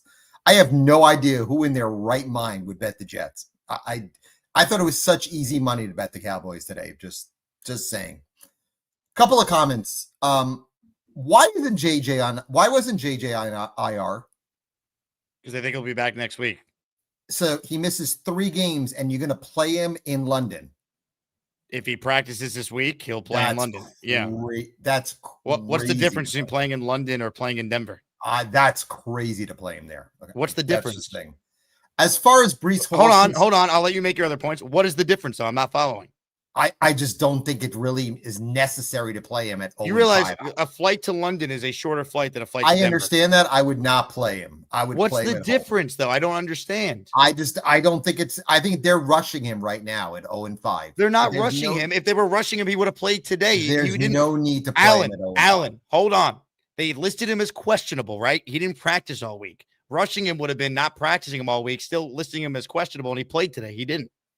How many guys... Why is this your problem? IR? Why is this an issue? I think it's an issue. How many guys do not go on IR and miss 3 weeks? That's crazy. They obviously thought the injury was less than 4 total games. They thought there was a chance he could play today. Instead, he'll play next week.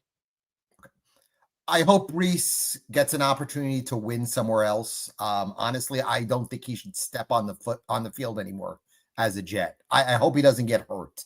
So if it means getting a 3rd round pick tomorrow or Tuesday, why don't you do that? So a couple of comments I want to answer. I want to talk about Kyle's comment and Burkinator's comment. First on Kyle's comment on Quinnen Williams. Again, he is absolutely right. I wouldn't trade him now. I would trade him before free agency. If a team like Dallas calls and offers you a 1st and a 3rd, I would deal him. I don't think this team is even remotely close to being good. And by the time they get good, he'll be 31, 32. So get a 1st and a 3rd, move on. He's been here 7 years. It's time for him to win somewhere else. And secondly, on Burkinator, if the Jets have the number 1 pick in the draft and they do not take Lenore Sellers, they are on absolute drugs. I don't want to trade back. You draft the number 1 quarterback in the draft. I'm sorry, you just do. You don't trade back a bunch of times. I know this team does not have a lot of talent or a lot of depth. You do not trade that pick. Absolutely, you do not. You take the player.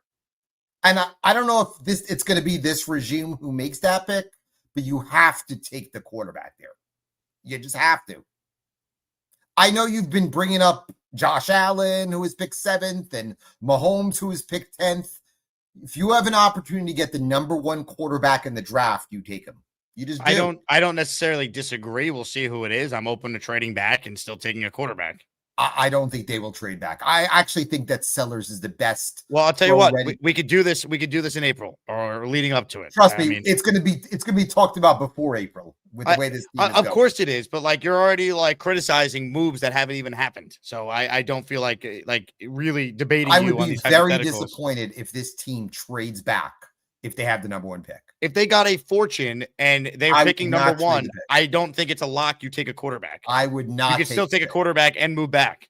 No, I would take the number 1 quarterback. Great. Then we'll have the debate all off season. I can't wait. And unfortunately, Fields, whoever they take, you're not going to like anyway. Whatever pick they move, you'll criticize. I'm fine with a couple of the quarterbacks, but again, I would take the number 1 quarterback if you have the number 1 pick.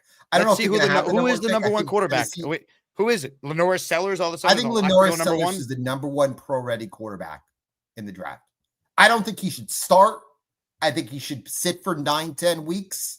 They have Fields for $23 million next year anyhow. Let him play the first 9-10 games next year when they stink again. And then you could play him at week 10, week 11 next year. Great. I look forward to it. Okay. Well, always a pleasure. Okay. I wish the feeling was mutual. We're the freaking New York Jets, so we're shit. I mean, his Jermaine Johnson take, dude, I wouldn't play him in London. What's the difference between London and Denver? By the way, the stadium the Jets are playing in is nicer than MetLife. I was there last year.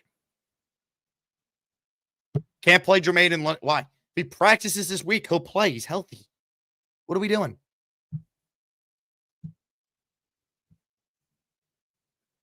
All Allen wants is for this team to be bad. That's all he wants. Never forget that. Don't lose sight of that. Don't be fooled by it. Mike Dems, gifting a membership. He's in for 1. Thank you, Mike. Mr. Ring of Honor is on the line. JJ. Hello, JJ. Yeah, what's up, guys? I will say, contrary to popular belief, I actually don't mind being wrong. And yeah, I was completely wrong about this team. I thought we would be 9-8, maybe even 10-7, and sneak into the playoffs. It's ironic that you look around the league, it's terrible this year, and there's a bunch of teams that have not great records, and 9-8 would probably get us in, and we can't even win a football game. I said it 2 weeks ago. Aaron Glenn is not the coach for us. Why I say that, I know some of you believe it's still too early, but if week after week you have the same problems, then that means the leadership sucks. If every week you can't block, you can't tackle, you're undisciplined, you're not in the right spots, your guys aren't doing the right thing, well, that starts with coaching, right? I don't think that our roster is that bad. I actually think that we have a pretty good roster on paper. but we're playing average. And I'll say this to you, Jake. You know, it's surprising to me when Will McDonald bull rushed somebody in the preseason, and they asked Aaron Glenn, you know, hey, we never seen that from him. Like, since when could he do that? And Aaron Glenn was like, coaching. It's all coaching. It's about coaching. Kind of taking a shot at Robert Saleh, which Robert Saleh was a terrible head coach. But it's funny that, like, he was taking all these shots, you know, and subliminals about how the team was badly coached last year, and we're coached even worse. I was at the game today, and I'm going to the game this week in London. I really don't want to go, but my wife is like, I really want to go to London. So, you know, unfortunately, I agreed, and we already paid for the flights and hotel and stuff. I haven't bought my ticket to the game yet, though. and the one saving grace about us sucking this year is that the ticket prices cannot go up next year, because if they do, I'm definitely not renewing. Because the fact that I had to pay, I think it was like $200 more per seat this year, and this is what I get. It's very frustrating for me. Now, here's the funny thing. I know I used to say that Justin Fields. Real quick, JJ, because we're having a very difficult time hearing you because your internet is terrible. Save the money that you would have spent on the tickets to see the Jets in London, and perhaps get better internet, and therefore your calls will be a lot better. How do I sound now? Do I sound bad? Yeah, not quite jet bad, but it's a little choppy. Let me see. I'm actually at work. I shouldn't even be talking to you guys. I should go do something productive, because, you know, is my mic still muted? No, we hear you. Oh, I was saying mic muted, but can you hear me? Yes, unfortunately, or maybe. Sorry. Well, not unfortunately. Does it sound better now? You sound good. Yes, go ahead. Okay, sorry about that. No, but what I was saying, though, is that I know I said Justin Fields was going to be Ring of Honor. He was going to be our version of Josh Allen and all that stuff, yada, yada, yada. You know, when you look at Josh Allen and the progression he's had in his career, he's been with one head coach the entire time. And albeit that guy is a defensive head coach, what they did was they built a team around his strengths, and they got him Stephon Diggs, which made a huge difference, a stud wide receiver and all that, yada, yada, yada. When you look at Justin Fields, it's like, I don't see why he's not more productive, because he has what he needs. He has a number one star receiver in Garrett Wilson, has a number one star running back in Breece Hall. We have some good tight ends on the field in Mason Taylor, and Jeremy Ruckert looks a little bit more better. I don't feel like offensively we're lacking that much. So I don't know what it is. I don't know if it's the play call suck or Justin Fields sucks, but maybe I was wrong about Fields, and I can admit that, and it is what it is. So is Archie Manning available next year? Have you watched Archie Manning this year? He's been terrible. He's probably not even coming out anyway. Say again? Arch Manning has struggled a lot at Texas, and even if he were to be having a great year, most people don't think he's going to leave early, so he's not an option. Okay, because if he leaves this year, I would take a flyer out on him. He's not good. His last name is Manning. It doesn't make him a good quarterback. It doesn't make him a good quarterback, but I think that, you know, at this point, we pick terrible quarterbacks every time we try anyway. They're not a quarterback. A quarterback doesn't solve this just yet. That's not where we should be focused right now. I agree, but I mean, like, listen, hey, take Archie Manning, man. Let's see if the Mannings can come in and turn this regime around. Because at this point, we're going to win now, and we're looking forward to it. So any questions? JJ, thank you. I couldn't listen to that anymore. Arch Manning is not coming out, and he just lost to a 1-3 Florida team yesterday. Please, for the love of God, watch him this year. He's not having a good year. He might end up being good, but he's not going to come out even if he was great this year. His dad essentially said he's going to stay in school. Peyton Manning and Eli didn't leave early either. Mr. Gorilla Salad says, please end it. I already did, Mr. Gorilla Salad. You and I were aligned. But since you did send in this $50 super chat, I will still play you a funny video. And Jet fans are clueless. I mean, they're dopes. They don't know anything. This is a really good hire. Gase is a great coach. Okay, Adam Gase is Kyle Shanahan before Kyle Shanahan. Gase is a great coach. Mr. Gorilla Salad. Had enough of JJ. For good measure, I'll still play this for you. Enjoy.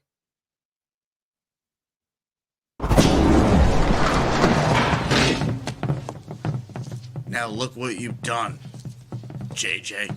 No more protection from the Asmaniacs. Had to pull you out of the chat and cast you down with the Sodomites.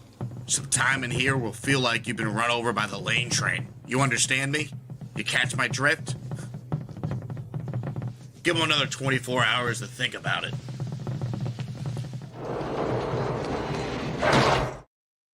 Dave Briga, is Gase better than Glenn? Well, I'll tell you what, from a record standpoint, through their first 5 games, Gase was 1-4, Glenn 0-5. Do I think Adam Gase is a good head coach? No. What does that make Aaron Glenn right now? Not good. Guys, they got to win games here, folks. Like this, like, if they're as bad as they have played so far the rest of the way, right? If they're this bad, that would be something.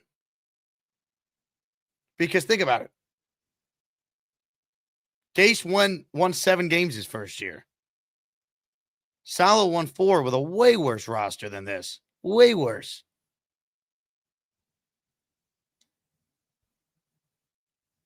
Big fella. After all the times a Manning has hurt the Jets, why would we draft Arch and think they would help? They give us Gase. Yeah. Ooh, do we have some breaking show news here to address before this raffle? Breaking sports news on the Jake Asman Show. Ladies and gentlemen, I just saw a comment from the Beast. Beastbreaker wrote in that he's taking some time off because the next few days he's going to start cleaning up and making some good money. Ladies and gentlemen, Beast famously said he's retired, and now he's not. Interesting. Stu, who's watching on X, says this is the worst coach team I've seen since Kotite. So my dad said. He remembers the Kotite years. I thankfully do not.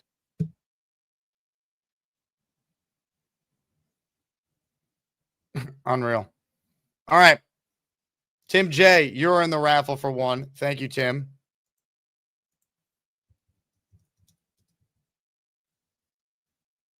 Appreciate everyone who has entered. But there can only be one winner of a Garrett Wilson rivalry jersey brought to you by Fanatics. Connor Long, I see you, baby. He's in the raffle for 1. Thank you, Connor. Good luck. Okay. I'm cutting off entries. I'm going to spin the wheel. Hopefully someone's day will be better because this has been a shit day, to say the least. My God. Ladies and gentlemen, thanks to Fanatics. Let's give away a jersey and wrap up our postgame show right now. It's time to announce the winners of the weekly Asmaniac raffle. Let's spin the Jake Asman Show Wheel of Champions and find out which Asmaniac is winning an epic prize. Here we go, folks. Good luck to everyone who entered. If you don't win, you do automatically qualify for Tuesday's weekly raffle that features a signed Sauce jersey, signed Wayne Crevette football, and a signed Broadway Joe Namath helmet. Here's the jersey you win from Fanatics. What I need you to do is send me your name and address and the size you want the jersey in so I can pass the info over to the Fanatics team and they can send you your prize. Good luck to everybody. Thanks for watching this show. Truly appreciate it, despite how bad the Jets are. I'll do this one last super chat here from Craig. I'll even put him in the raffle because he came all the way from Australia to watch this damn team. Says, mate, abomination of a game. We got to see some awesome people thanks to you in this show. And the kids had an absolute blast at their first NFL game. I'll tell you what, Craig. I'd imagine any other future NFL game they see, there's no way it could be any worse. So it can only be up from here for them. Sorry you had to sit through that, but I hope the tailgate was fun. At least you got great weather. That's it for any season ticket holder out there. Anyone at the game today, you got tremendous weather, which Usually the Jets are awful and the weather stinks. The weather was great today. That's all I got for you. All right. Now we declare a winner. Good luck to everyone. Thanks for your support. But the winner of this Fanatics rivalry Jets jersey is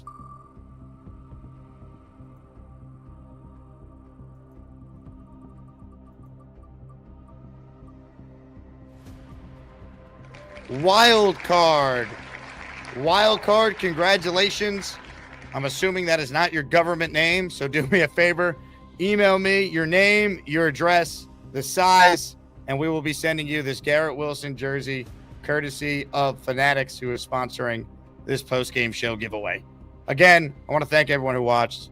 This team absolutely stinks. I don't know how else to describe it. It's an abomination. We all deserve better. But the fact that you guys take time to still watch the show means a lot. This video already has over 11,000 people. At one point during the show, we had over 1,000 people watching.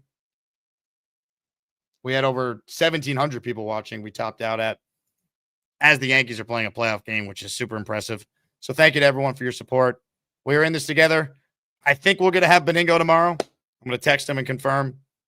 So be on the lookout for that at 10 a.m.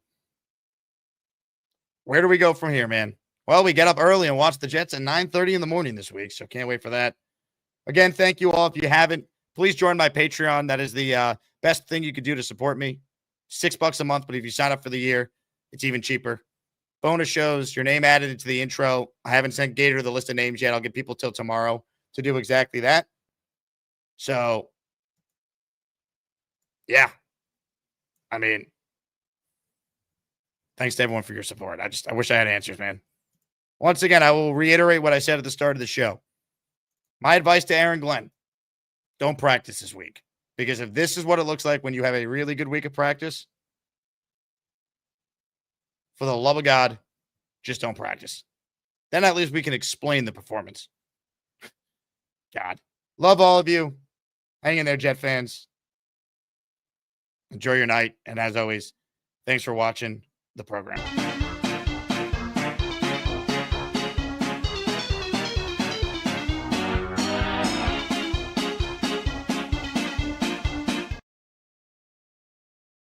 Hey, here's the deal. Just got no chance unless you click on that like button. And you got to make sure you subscribe to the Jake Asman Show. You don't, you can get the f*** out. Now let's go, Asmaniacs. We're built for this shit.